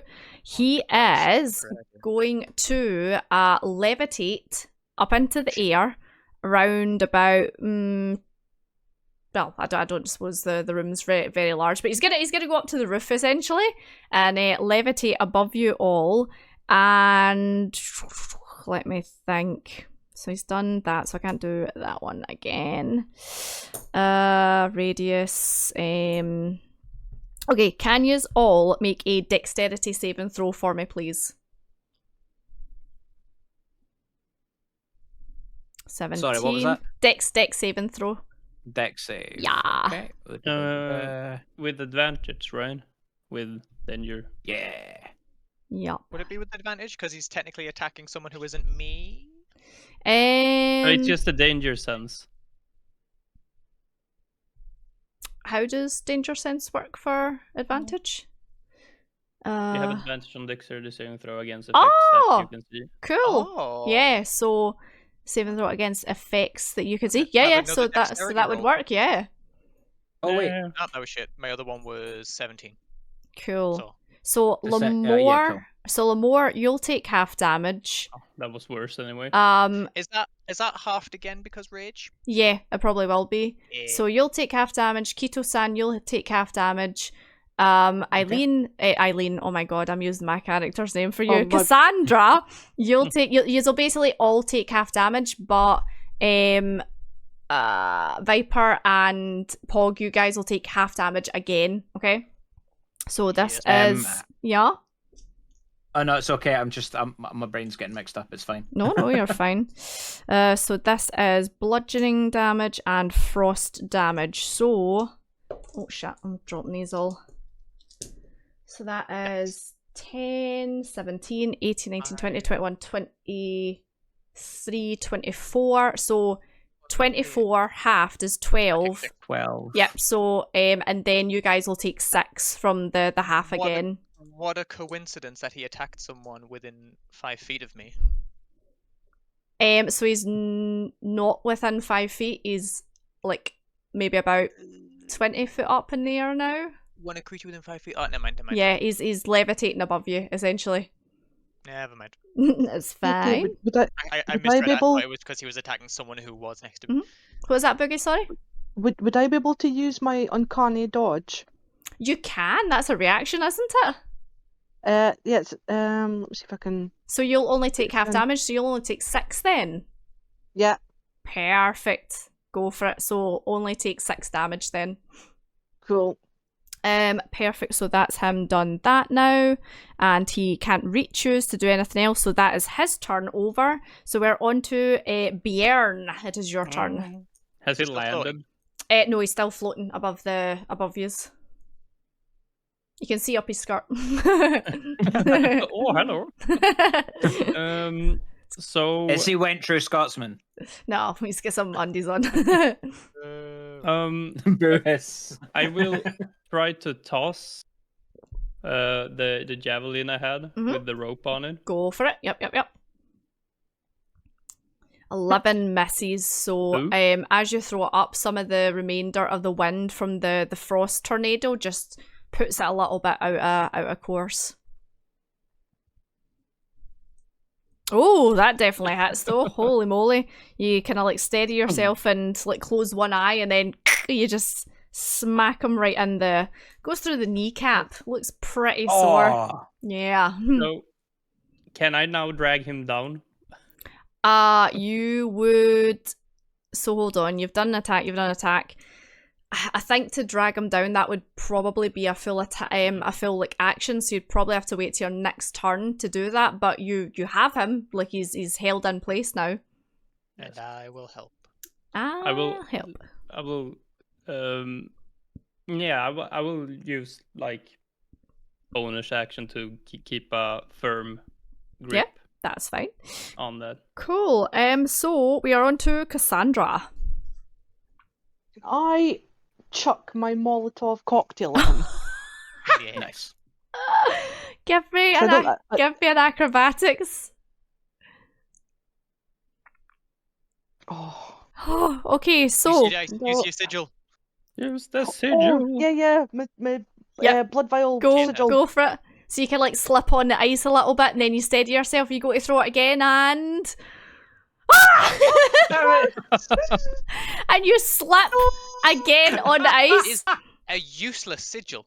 And I think the fact that was a 1, a critical fail, Oh, no. you guys are gonna take, what did I say it was? 2d6 fire damage? 2d6. Oh, okay, so you are gonna take, oh my god.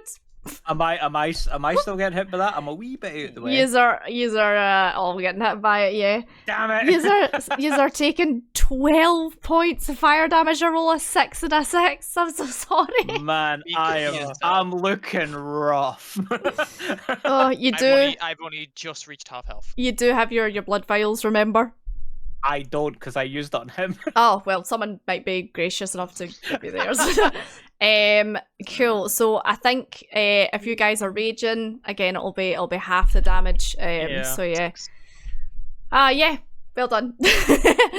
Anything else you want to do? A bonus action?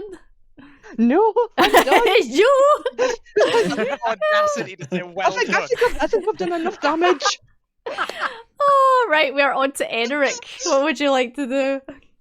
I'm gonna just go again ham with the bow because he's up in the air anyway. Nice, go for it, go for it. What was it? Hunter's Mark done. It was a 1d6 on top of everything. Yeah, that's right, 1d6. Yeah. Okay. Cool. So I will roll. I'll just roll all 4 attacks. Go for it. 1. Nice. So 7. And then that's a d6 on top of that. Oh, nice. Excellent. Max damage. Yes. Yep. Makes up for the 1. A 16. It does make up for the 1. A 16 does hit. Yep, you're fine.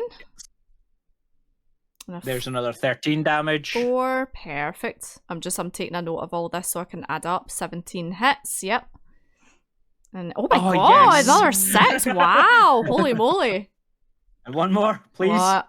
Damn it! 11 scuffs, unfortunately. So you're on a roll, and then your foot just kind of like whoop, just kind of slips a little bit on now the oil that is on the floor rather than the ice. Yeah, just like ice and oil, yeah. And oh wait, yes, I'm going to use the sigil. Everyone using the forgets sigil. we've got this. I forgot it. Go I for totally it. forgot it. Yep, go so for I it. get to just re-roll it, yeah? Reroll. Come on. 13 misses! Woman. It helped one of us. I helped one, yeah, that's it. It's because I was the first one to drink. Yeah, so hold on. Can I shout back at her as a bonus action of are you gonna help? She's having a nap. She's getting her beauty sleep. Just sitting there like, oh, this is fun. Cool. You've taken a massive chunk out of his health. He's still hanging in there though. Cool. Anything else, or is that you done? I'm gonna retreat a little bit further back because I'm not. Yeah, that's fine. There's no opportunity to attack. He's floating up in the air. So Lamore, top of the round, it's you. Yeah. I'm gonna move over here a little bit. Yep. And I'm gonna eat a javelin. Go for it. Come on. Oh shit, I'm just thinking that's a concentration spell. Hold on. I should have rolled like for 4 times. Yeah, so I think actually he's probably gonna fail. Yeah, he failed on your first attack, so he now hits the ground and is in front of you. Yeah. Oh, yeah. Does that mean he's prone? No, he's not prone. He's just landed. Bruh. All right. I'm still going to use my javelin. Yeet. So because you got a good hit. that reapplies my ancestral protectors. Okay. Cool. And then I'm. You know what? Another javelin. I've got 5 javelins, so. Throw another one. Yeet. 12 misses, unfortunately. Yeah. What? I've got my sigil. Have you not used it already? You said it was the lucky feat. You get 3 rolls with the lucky feat. So I said it's like the lucky feat. You get to reroll once. Never. Yeah, only once. Only once. Like the lucky feat. Wow, useless bit of paper. Nope, and then that's it then. That's you, Lamore. Yep, it is Lagarius' turn. Cool. Lamore, can you make a wisdom saving throw for me, please? Ugh, why you like this? Why you like this? 17. 17. Nice. So let's see. You are frozen in place. Oh, you dick. Yeah. So it essentially like blows a frost like layer over you, and you can't move. You are essentially hold personed. Let me see. So he's done that. He'll probably not want to attack you because you're just like standing there doing nothing. Let's see. So you're right in front of him. You're too far away. Kito-san. So he is gonna send some icy rays your way. And love it. Yeah. So let's see. Disadvantage. At disadvantage, yeah. So Rays of Frost, I think, just hits, doesn't it? Hold on, I'll let you maybe look this up quickly because I've just wrote down Rays of Frost and then damage, but I've not wrote anything else about it. Rays. Oh my god, I can't even spell. Rays of Make a ranged Frost. spell attack against the target. On a hit, it takes 1d8 cold damage. Cool. So it's a ranged spell attack. So it is casting at another level, so it'll be 2d8, 60 feet. Disadvantage. Disadvantage. Cool, that's fine. Oh my god, where are you all gone? I've lost yous. Come back. We're hiding. There you are. Cool, so it will go for you three, so at disadvantage, so let me see. So a 12 plus 3, so that one will miss. A 10 plus 3 will miss. A 9 plus 3 will miss, so it'll miss all yous. Every single one. So it just like swooshes out, but he's maybe kind of like slipped on the oil, never seen you, like, you know, the oil going on the floor, and he just goes, oh, and like slips a little bit and it goes and like goes up the roof.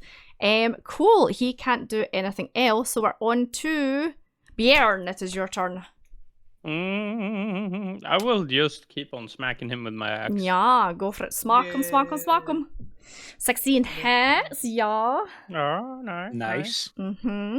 Oh my god. Nice. Definitely hits, yeah.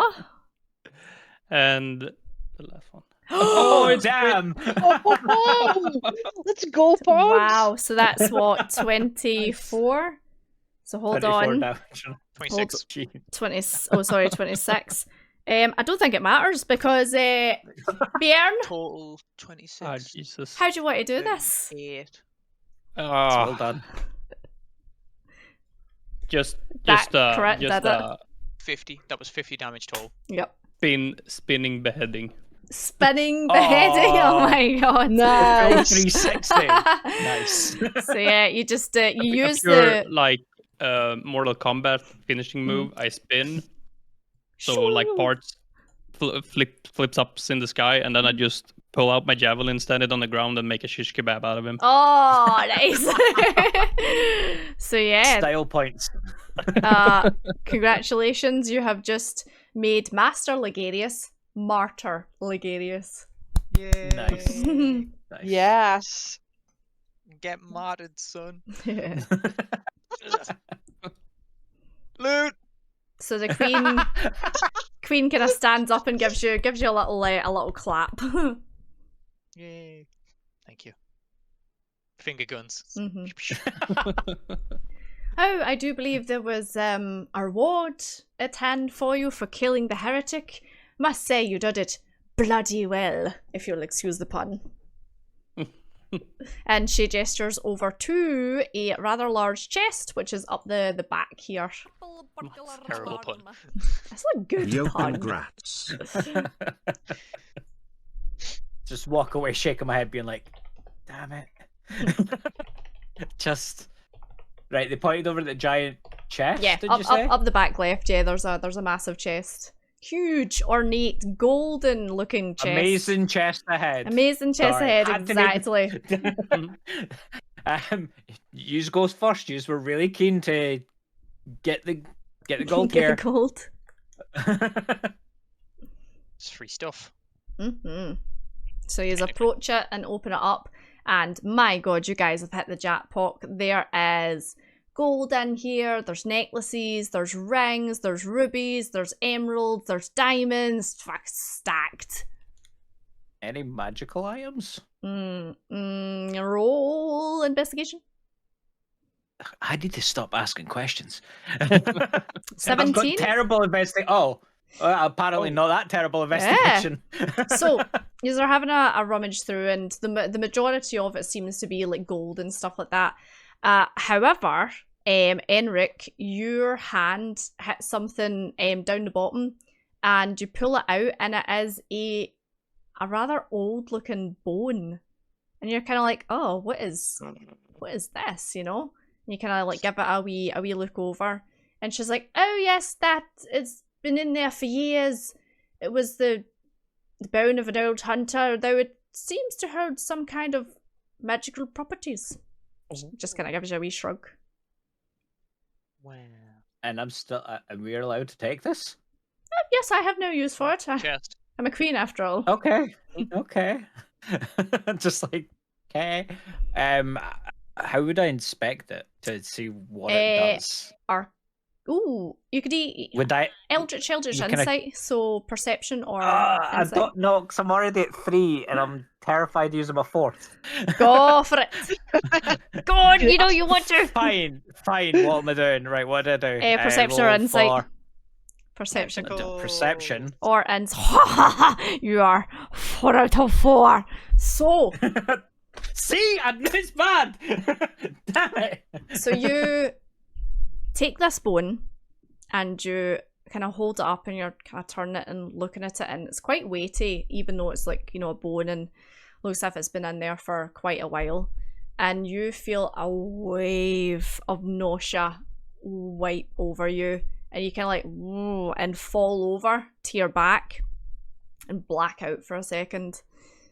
When you open your eyes, you are on a very long, very dark stretch of beach.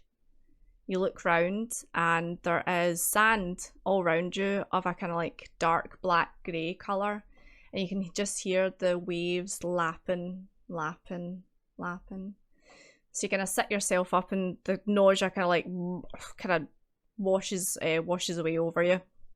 Kind of shake your head and step up, and you look up, and in the sky on the horizon is a massive red blood moon, and something catches your eye, and you look down, and to the right hand side of you is a hunter, but doesn't seem to be from this era. They're dressed in older looking clothes than you're used to seeing, kind of patched together armor. The sword that they're using seems to be from, you know, a kind of primeval almost looking time, kind of thrown together, not really sharpened and homed the way that your weapons are. And you look down and his right leg has been severed, and he seems to be, you know, screaming in pain.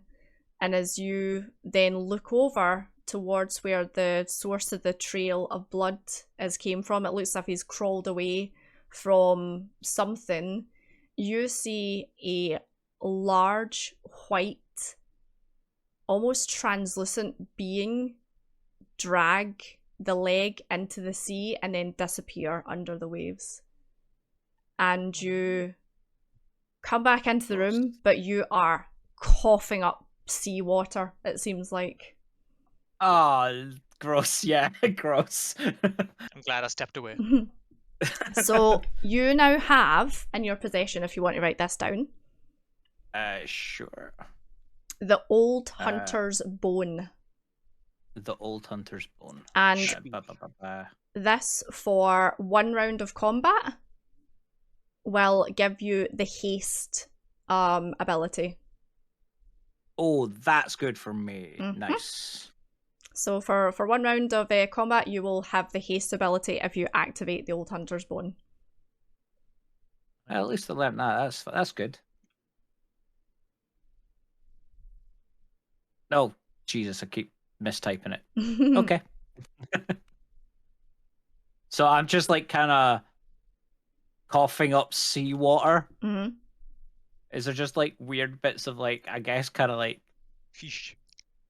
yeah, like seaweed or something that are part of it, like actual bits? No, it is as you kind of like seen it before. It's back to normal. Okay. It's just an old, heavy looking bone, and you now think it's probably like yeah. What was that? Jesus. It's probably the same bone. Yeah. I didn't see anything. Ow. I kind of want to relay the information back to him of like, I kind of just seen hell. Something from another time. Something real creepy. Also another hunter dying. He had his leg cut off. I don't know what this means. Something dragged the remainder of the leg into the sea. And I want to turn around to the queen and be like, does any of this mean anything to you? She's gonna roll a history check because I don't know if she would know Okay. what this means. Let me see. What's her history? Intelligence. She's quite intelligent. Let's see. What's that? 17 plus 1, so 18. So she kind of like gestures to the paintings on the wall, and you see there's like portraits of you know, past people that lived here, kings, queens, all that kind of stuff.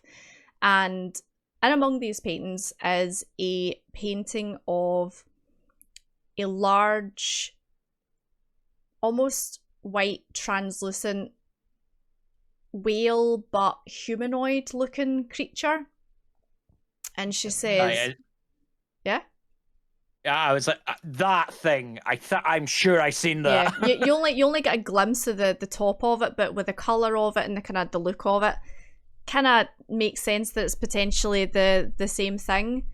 And she says, I have only heard tales and rumours from centuries ago, this was, of a great being called Kos, who was revered as a god by a very small village that's far, far from here, but nothing else, I'm afraid. Or some say Cosm, yeah. I don't know what to make from that at all. Okay. Let them continue doing what they're doing, because I'm just like, what just happened? Well. Well, I know we're gonna have one angry church guy when we come back. Yeah, well, we don't have to tell him that we killed Ligarius. We could just take him back and be like, "Hi, we found him." Oh, sorry, he was dead when we got there. Because this room is full of 80 knights. These could have easily done what we did.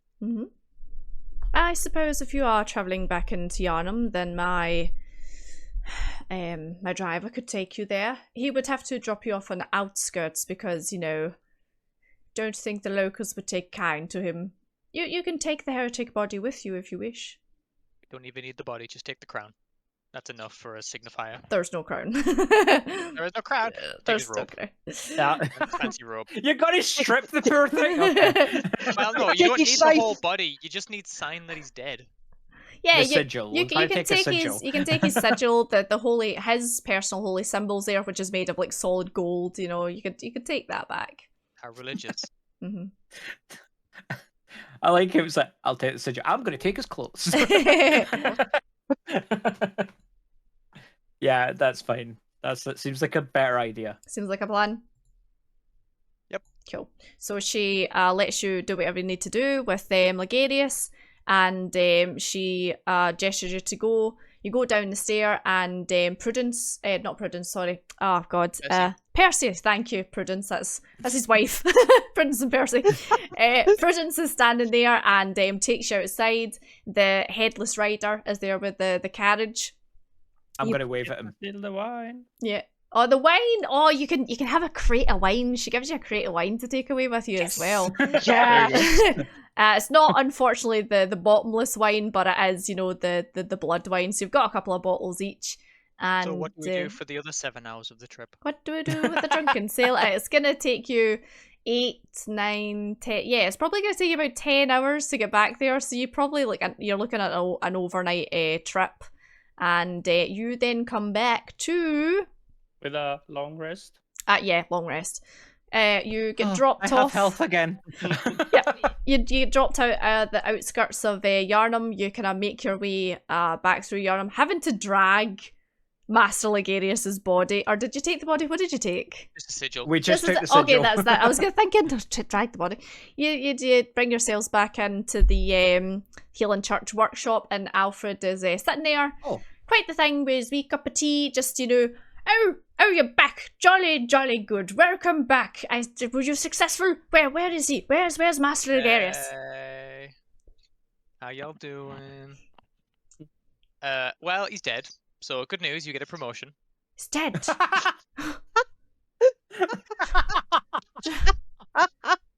Congratulations. The master's dead.